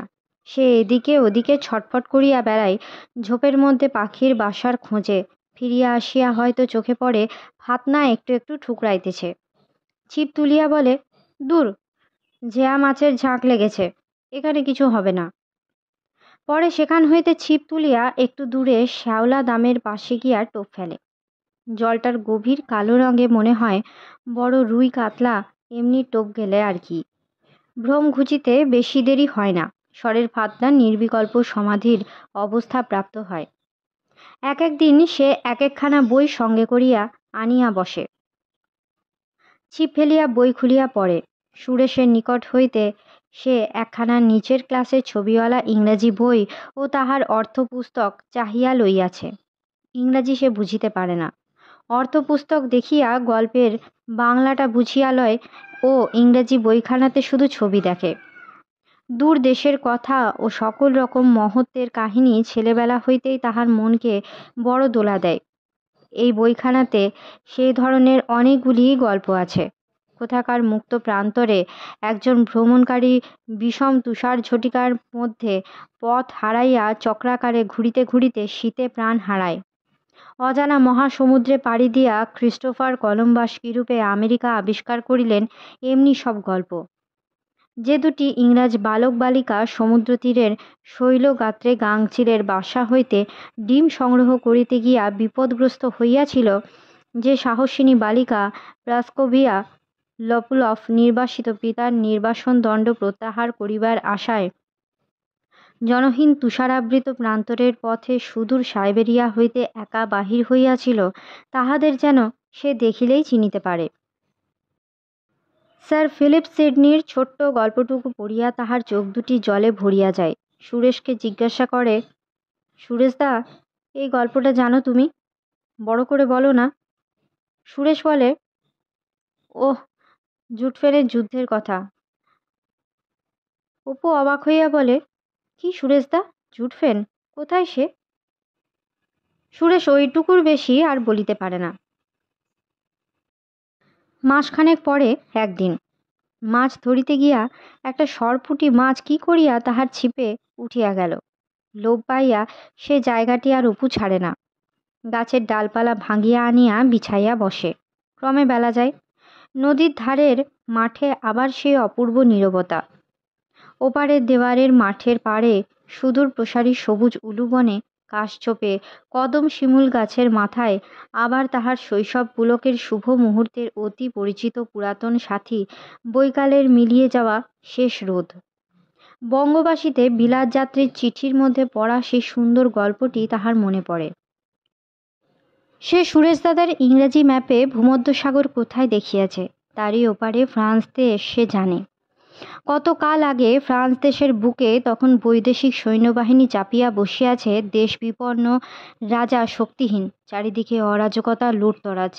জাতির এই ঘোর অপমানের দিনে লোরেন প্রদেশের অন্তঃপাতী এক ক্ষুদ্র গ্রামে এক দরিদ্র কৃষক দুহিতা পিতার মেষপাল চড়াইতে যায়, আর মেষের দলকে ইতস্তত ছাড়িয়া দিয়া নিভৃত পল্লী প্রান্তরে তৃণভূমির উপরে বসিয়া সুনীল নয়ন দুটি আকাশের পানে তুলিয়া নির্জনে দেশের দুর্দশা চিন্তা করে।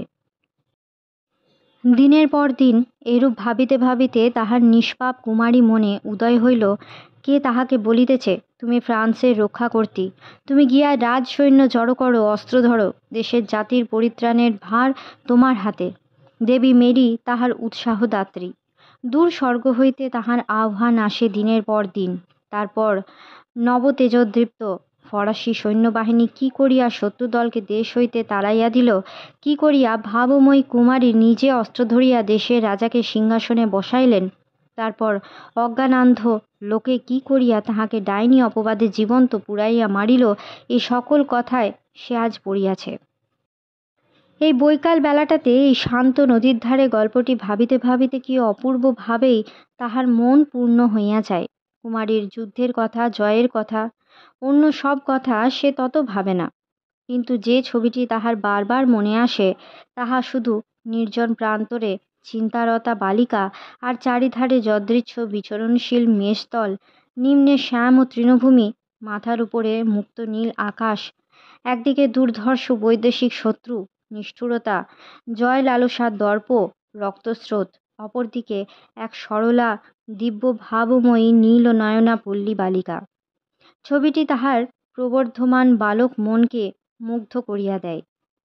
আরও ছবি মনে আসে, কত দূরের নীল সমুদ্র ঘেরা মার্টিনিক দ্বীপ, চারিদিকে আখের ক্ষেত, মাথার ওপরে নীল আকাশ, বহু বহু দূর শুধু নীল আকাশ আর নীল সমুদ্র, শুধু নীল আর নীল, আরও কত কি তাহা বুঝানো যায় না, বলা যায় না। ছিপ গুটাইয়া সে বাড়ির দিকে যাইবার জোগাড় করে। নদীর ধারে ধারে নত শীর্ষ বাবলা ও সাঁই বাবলার বন নদীর স্নিগ্ধ কালো জলে ফুলের ভার ছড়াইতে দিতেছে। সোনাডাঙ্গা মাঠের মাঝে ঠ্যাঙাড়ে বটগাছটার আড়ালে প্রকাণ্ড রক্তবর্ণ সূর্য হেলিয়া পড়িয়াছে, যেন কোন দেবশিশু অলকার জ্বলন্ত ফেনিল সোনার সমুদ্র হইতে ফুঁ দিয়ে একটা বুদবুদ তুলিয়া খেলার ছলে আকাশে উড়াইয়া দিয়াছিল। এইমাত্র সেটা পশ্চিম দিগন্তে পৃথিবীর বনান্তরালে নামিয়া পড়িয়াছে। পিছন হইতে কে তাহার চোখ টিপিয়া ধরিল। সে জোর করিয়া হাত দিয়া চোখ ছাড়াইয়া লইতেই পটু খিলখিল করিয়া হাসিয়া সামনে আসিয়া বলিল, তোকে খুঁজে খুঁজে কোথাও পাইনি অপুদা। তারপর ভাবলাম তুই ঠিক মাছ ধরতে এসেছিস, তাই এলাম। মাছ হয়নি একটাও না? চল বরং একখানা নৌকা খুলে নিয়ে বেরিয়ে আসি, যাবি? কদমতলায় সাহেবের ঘাটে অনেক দূরদেশ হইতে নৌকা আসে, গোলপাতা বোঝায়, ধান বোঝায়, ঝিনুক বোঝায়। নৌকা সারি সারি বাঁধা। নদীতে জেলেদের ঝিনুক তোলা নৌকায় বড় জাল ফেলিয়াছে। এই সময় প্রতি বৎসরই ইহারা দক্ষিণ হইতে ঝিনুক তুলিতে আসে। মাঝ নদীতে নৌকায় নৌকায় জোড়া দিয়া দাঁড় করিয়া রাখিয়াছে। অপু ডাঙায় বসিয়া দেখিতেছিল, একজন কালো মতো লোক বারবার ডুব দিয়া ঝিনুক খুঁজিতেছে ও অল্পক্ষণ পরে নৌকার পাশে উঠিয়া হাতের থলি হইতে দু চারখানা কুড়ানো ঝিনুক বালিকাদার রাশি হইতে ঝাঁকিয়া নৌকার খোলে ছুঁড়িয়া ফেলিতেছে। অপু খুশির সহিত পটুকে আঙ্গুল দিয়ে দেখাইয়া বলিল, দেখছিস পটু, কতক্ষণ ডুব দিয়ে থাকে? আয় গুনে দেখি, 1 2 করে। পারিস তুই এতক্ষণ ডুবে থাকতে? নদীর দুর্বা ঘাস মোড়া তীরটি ঢালু হইয়া জলের কিনারা পর্যন্ত নামিয়া গিয়াছে। এখানে ওখানে বোঝায় নৌকায় খোঁটা পোতা নোঙর ফেলা। ইহারা কত দেশ হইতে আসিয়াছে, কত বড় নদী খাল পার হইয়া বড় বড় নোনা গাঙ্গের জোয়ার ভাঁটা তুফান খাইয়া বেড়ায়। অপুর ইচ্ছা করে মাঝিদের কাছে বসিয়া সেসব দেশের গল্প শোনে। তাহার কেবল নদীতে নদীতে সমুদ্রে সমুদ্রে বেড়াইতে ইচ্ছা হয়, আর কিছু সে চায় না। সুরেশের বইখানাতে নানা দেশের নাবিকদের কথা পড়িয়া অবধি ওই ইচ্ছাই তাহার মনে প্রবল হইয়া উঠিয়াছে। পটু ও সে নৌকার কাছে গিয়া দর করে, ও মাঝি, এই গোলপাতা এক পাটে কি দর? তোমার এই ধানের নৌকো কোথাকার? ও মাঝি, ঝালকাঠির? সে কোন দিকে? এখান থেকে কত দূর? পটু বলে, অপুদা, চল তেঁতুলতলার ঘাটে একখানা ডিঙ্গি দেখি, একটু বেরিয়ে আসি চল। দুজনে তেঁতুলতলার ঘাট হইতে একখানা ছোট্ট ডিঙ্গি খুলিয়া লইয়া তাহাকে এক ঠেলা দিয়া ডিঙ্গির ওপর চড়িয়া বসিল। নদী জলের ঠান্ডা আর্দ্র গন্ধ উঠিতেছে। কলমি শাকের দামে জলপিপি বসিয়াছে। চরের ধারে ধারে চাষিরা পটল ক্ষেত নিড়াইতেছে। কেহ ঘাস কাটিয়া আঁটি বাঁধিতেছে। চালতে পোতার বাঁকে তীরবর্তী ঘন ঝোপে গাংশালিকের দল কলরব করিতেছে। পড়ন্ত বেলায় পূব আকাশের গায়ে নানা রঙের মেঘস্তূপ। পটু বলিল, অপুদা, একটা গান করো না, সেই গানটা সেদিনের। অপু বলিল, সেটা না, বাবার কাছে সুর শিখে নিয়েছি একটা খুব ভালো গানের, সেইটে গাইব। আর একটু এইদিকে গিয়ে কিন্তু ভাই, এখানে ডাঙায় এইসব লোক রয়েছে, এখানে না। তুই ভারী লাজুক অপুদা, কোথায় লোক রয়েছে কত দূরে, আর তোর গান গাইতে? দূর, ধর সেইটে। খানিকটা গিয়া অপু গান শুরু করে। পটু বাঁশের চটার বৈঠাখানা তুলিয়া লইয়া নৌকার গলুইয়ে চুপ করিয়া বসিয়া এক মনে শুনে। নৌকা বাহিবার আবশ্যক হয় না। স্রোতে আপনা আপনি ভাসিয়া ডিঙ্গিখানা ঘুরিতে ঘুরিতে লা ভাঙার বড় বাঁকের দিকে চলে। অপুর গান শেষ হইলে পটু একটা গান ধরিল। অপু এবার বাহিতেছিল। নৌকা কম দূরে আসে নাই। লা ভাঙার বাঁকটা নজরে পড়িতেছিল এরই মধ্যে। হঠাৎ পটু ঈশান কোণের দিকে আঙুল দিয়া দেখাইয়া বলিল, ও অপুদা, কিরকম মেঘ করে উঠেছে দেখছিস? এক্ষুনি ঝড় এলো বলে, নৌকা ফেরাবি? অপু বলিল, হোক গে ঝড়, ঝড়ে তো নৌকা বাইতে গান গাইতে ভালো লাগে, চল আরো যাই। কথা বলিতে বলিতে ঘন কালো মেঘখানা মাধবপুরের মাঠের দিক হইতে উঠিয়া সারা আকাশ ভরিয়া ফেলিল। তাহার কালো ছায়া নদী জল ছাইয়া ফেলিল। পটু উৎসুক চোখে আকাশের দিকে চাহিয়া রহিল। অনেক দূরে শোঁ শোঁ রব উঠিল। একটা অস্পষ্ট গোলমালের সঙ্গে অনেক পাখির কলরব শোনা গেল। ঠান্ডা হাওয়া বহিল, ভিজা মাটিতে গন্ধ ভাসিয়া আসিল। পাখাওয়ালা আকন্দের বীজ মাঠের দিক হইতে অজস্র উড়িয়া আসিতে লাগিল। দেখিতে দেখিতে গাছপালার মাথা লুটাইয়া দোলাইয়া ভাঙ্গিয়া ভীষণ কালবৈশাখীর ঝড় উঠিল। নদীর জল ঘন কালো হইয়া উঠিল। তীরের সাঁই বাবলা ও বড় বড় ছাতিম গাছের ডালপালা ভাঙ্গিয়া পড়িবার উপক্রম হইল। সাদা বকের দল কালো আকাশের নিচে দীর্ঘ সারি বাঁধিয়া উড়িয়া পালাইল। অপুর বুক ফুলিয়া উঠিল। উৎসাহে উত্তেজনায় সে হাল ছাড়িয়া চারিধারে চাহিয়া ঝড়ের কাণ্ড দেখিতে লাগিল। পটু কোঁচার কাপড় খুলিয়া ঝড়ের মুখে পালের মতো উড়াইয়া দিতেই বাতাস বাঁধিয়া সেখানা ফুলিয়া উঠিল। পটু বলিল, বড্ড মুখর বাতাস অপুদা, সামনে আর নৌকো যাবে না। কিন্তু যদি উল্টে যায়? ভাগ্যিস সুনীলকে সঙ্গে করে আনিনি। অপু কিন্তু পটুর কথা শুনিতেছিল না। সেদিকে তাহার কান ছিল না, মনও ছিল না। সে নৌকার গলুইয়ে বসিয়া এক দৃষ্টে সম্মুখের ঝটিকা ক্ষুব্ধ নদী ও আকাশের দিকে চাহিয়াছিল। তাহার চারিধারে কালো নদীর নর্তনশীল জল, উড়ন্ত বকের দল, ঝোড়ো মেঘের রাশি, দক্ষিণ দেশের মাঝিদের ঝিনুকের স্তূপগুলো, স্রোতের ভাসমান কচুরিপানার দাম সব যেন মুছিয়া যায়। নিজেকে সে বঙ্গবাসী কাগজের সে বিলাত যাত্রী কল্পনা করে। কলিকাতা হইতে তাহার জাহাজ ছাড়িয়াছে। বঙ্গোপসাগরের মোহনায় সাগর দ্বীপ পিছনে ফেলিয়া সমুদ্র মাঝের কত অজানা ক্ষুদ্র দ্বীপ পার হইয়া সিংহল উপকূলের শ্যাম সুন্দর নারিকেল বনশ্রী দেখিতে দেখিতে কত অপূর্ব দেশের নীল পাহাড় দূর চক্রবালে রাখিয়া সূর্যাস্তের রাঙা আলোয় অভিষিক্ত হইয়া নতুন দেশের নব নব দৃশ্য পরিবর্তনের মধ্যে দিয়া চলিয়াছে চলিয়াছে চলিয়াছে। এই ইছামতির জলের মতোই কালো গভীর ক্ষুব্ধ দূরের সে অদেখা সমুদ্র বক্ষ, এইরকম সবুজ বনঝোপ আরব সমুদ্রের সে দ্বীপটিতেও। সেখানে এই রকম সন্ধ্যায় গাছতলায় বসিয়া এডেন বন্দরে সেই বিলাত যাত্রী লোকটির মতো সে রূপসী আরবী মেয়ের হাত হইতে এক গ্লাস জল চাহিয়া লইয়া খাইবে।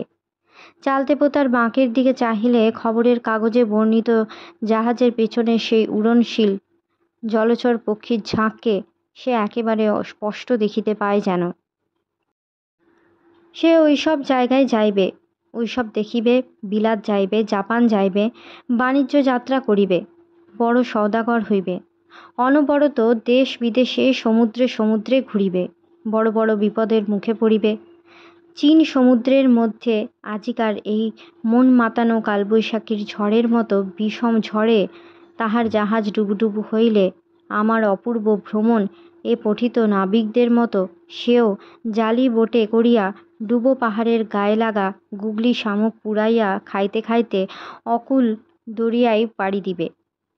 ওই যে মাধবপুর গ্রামের বাঁশবনের মাথায় তুঁতে রঙের মেঘের পাহাড় খানিকটা আগে ঝুঁকিয়াছিল, ওরই ওপারে সেই সব নীল সমুদ্র, অজানা বেলাভূমি, নারিকেল কুঞ্জ, আগ্নেয়গিরি, তুষারবর্ষী প্রান্তর, জেলেখা সরযূপ, গ্রেস ডার্লিং, জুটফেন, গাংচিল পাখির ডিম আহরণরতা সেই সব সুশ্রী ইংরাজ বালক বালিকা, সোনাকর জাদুকর বটগার, নির্জন প্রান্তরে চিন্তারতা লোরেনের সেই নীল নয়না পল্লীবালা জোয়ান, আরও কত কি আছে। তাহার টিনের বাক্সের বই কখানা, রানু দিদিদের বাড়ির বইগুলি, সুরেশ দাদার কাছে চাহিয়া লওয়া বইখানা, পুরাতন বঙ্গবাসী কাগজগুলা, ওই সব দেশের কথাই তাহাকে বলে। সেসব দেশে কোথায় কাহারা যেন তাহার জন্য অপেক্ষা করিয়া আছে। সেখান হইতে তাহারও ডাক আসিবে একদিন, সেও যাইবে। এ কথা তাহার ধারণায় আসে না কত দূর সেসব দেশ, কে তাহাকে লইয়া যাইবে, কি করিয়া তাহার যাওয়া সম্ভব হইবে। আর দিন কতক পরে বাড়ি বাড়ি ঠাকুর পূজা করিয়া যাহাকে সংসার চালাইতে হইবে, রাত্রিতে যাহার পরিবার তেলের জন্য মায়ের বকুনি খাইতে হয়, অত বয়স পর্যন্ত যে স্কুলের মুখ দেখিল না, ভালো কাপড় ভালো জিনিস যে কাহাকে বলে জানে না, সেই মূর্খ অখ্যাত সহায় সম্পদহীন পল্লী বালককে বৃহত্তর জীবনের আনন্দযজ্ঞে যোগ দিতে কে আহ্বান করিবে? এসব প্রশ্ন মনে জাগিলে হয়তো তাহার তরুণ কল্পনার রথবেগে তাহার আশাভরা জীবন পথের দুর্বার মোহ সকল ভয় সকল সংশয়কে জয় করিতে পারিত, কিন্তু এ সকল কথা তাহার মনেই ওঠে না। শুধু মনে হয় বড় হইলেই সব হইবে, অগ্রসর হইলেই সকল সুযোগ সুবিধা পথের মাঝে কুড়াইয়া পাইবে। এখন শুধু বড় হইবার অপেক্ষা মাত্র, সে বড় হইলে সুযোগ পাইবে, দিক দিক হইতে তাহার সাদর আমন্ত্রণ আসিবে, সে জগৎ জানার মানুষ চেনার দিগ্বিজয়ে যাইবে। রঙিন ভবিষ্যৎ জীবন স্বপ্নে বিভোর হইয়া তাহার বাকি পথটুকু কাটিয়া যায়। বৃষ্টি আর পড়ে না, ঝড়ে কালো মেঘের রাশি উড়াইয়া আকাশ পরিষ্কার করিয়া দিতেছিল। তেঁতুলতলার ঘাটে ডিঙি ভিড়িতেই তাহার চমক ভাঙে। নৌকা বাঁধিয়া পটু আগে আগে সে বাঁশবনের পথে উল্লাসে শীষ দিতে দিতে বাড়ির দিকে চলে। সেও তাহার মা ও দিদির মতো স্বপ্ন দেখিতে শিখিয়াছে। আজকের মতো গল্প পাঠ এই পর্যন্ত। পরবর্তী অংশ নিয়ে আসবো পরবর্তী ভিডিওতে। সকলে ভালো থাকবেন, সুস্থ থাকবেন এবং পাশে থাকবেন। নমস্কার।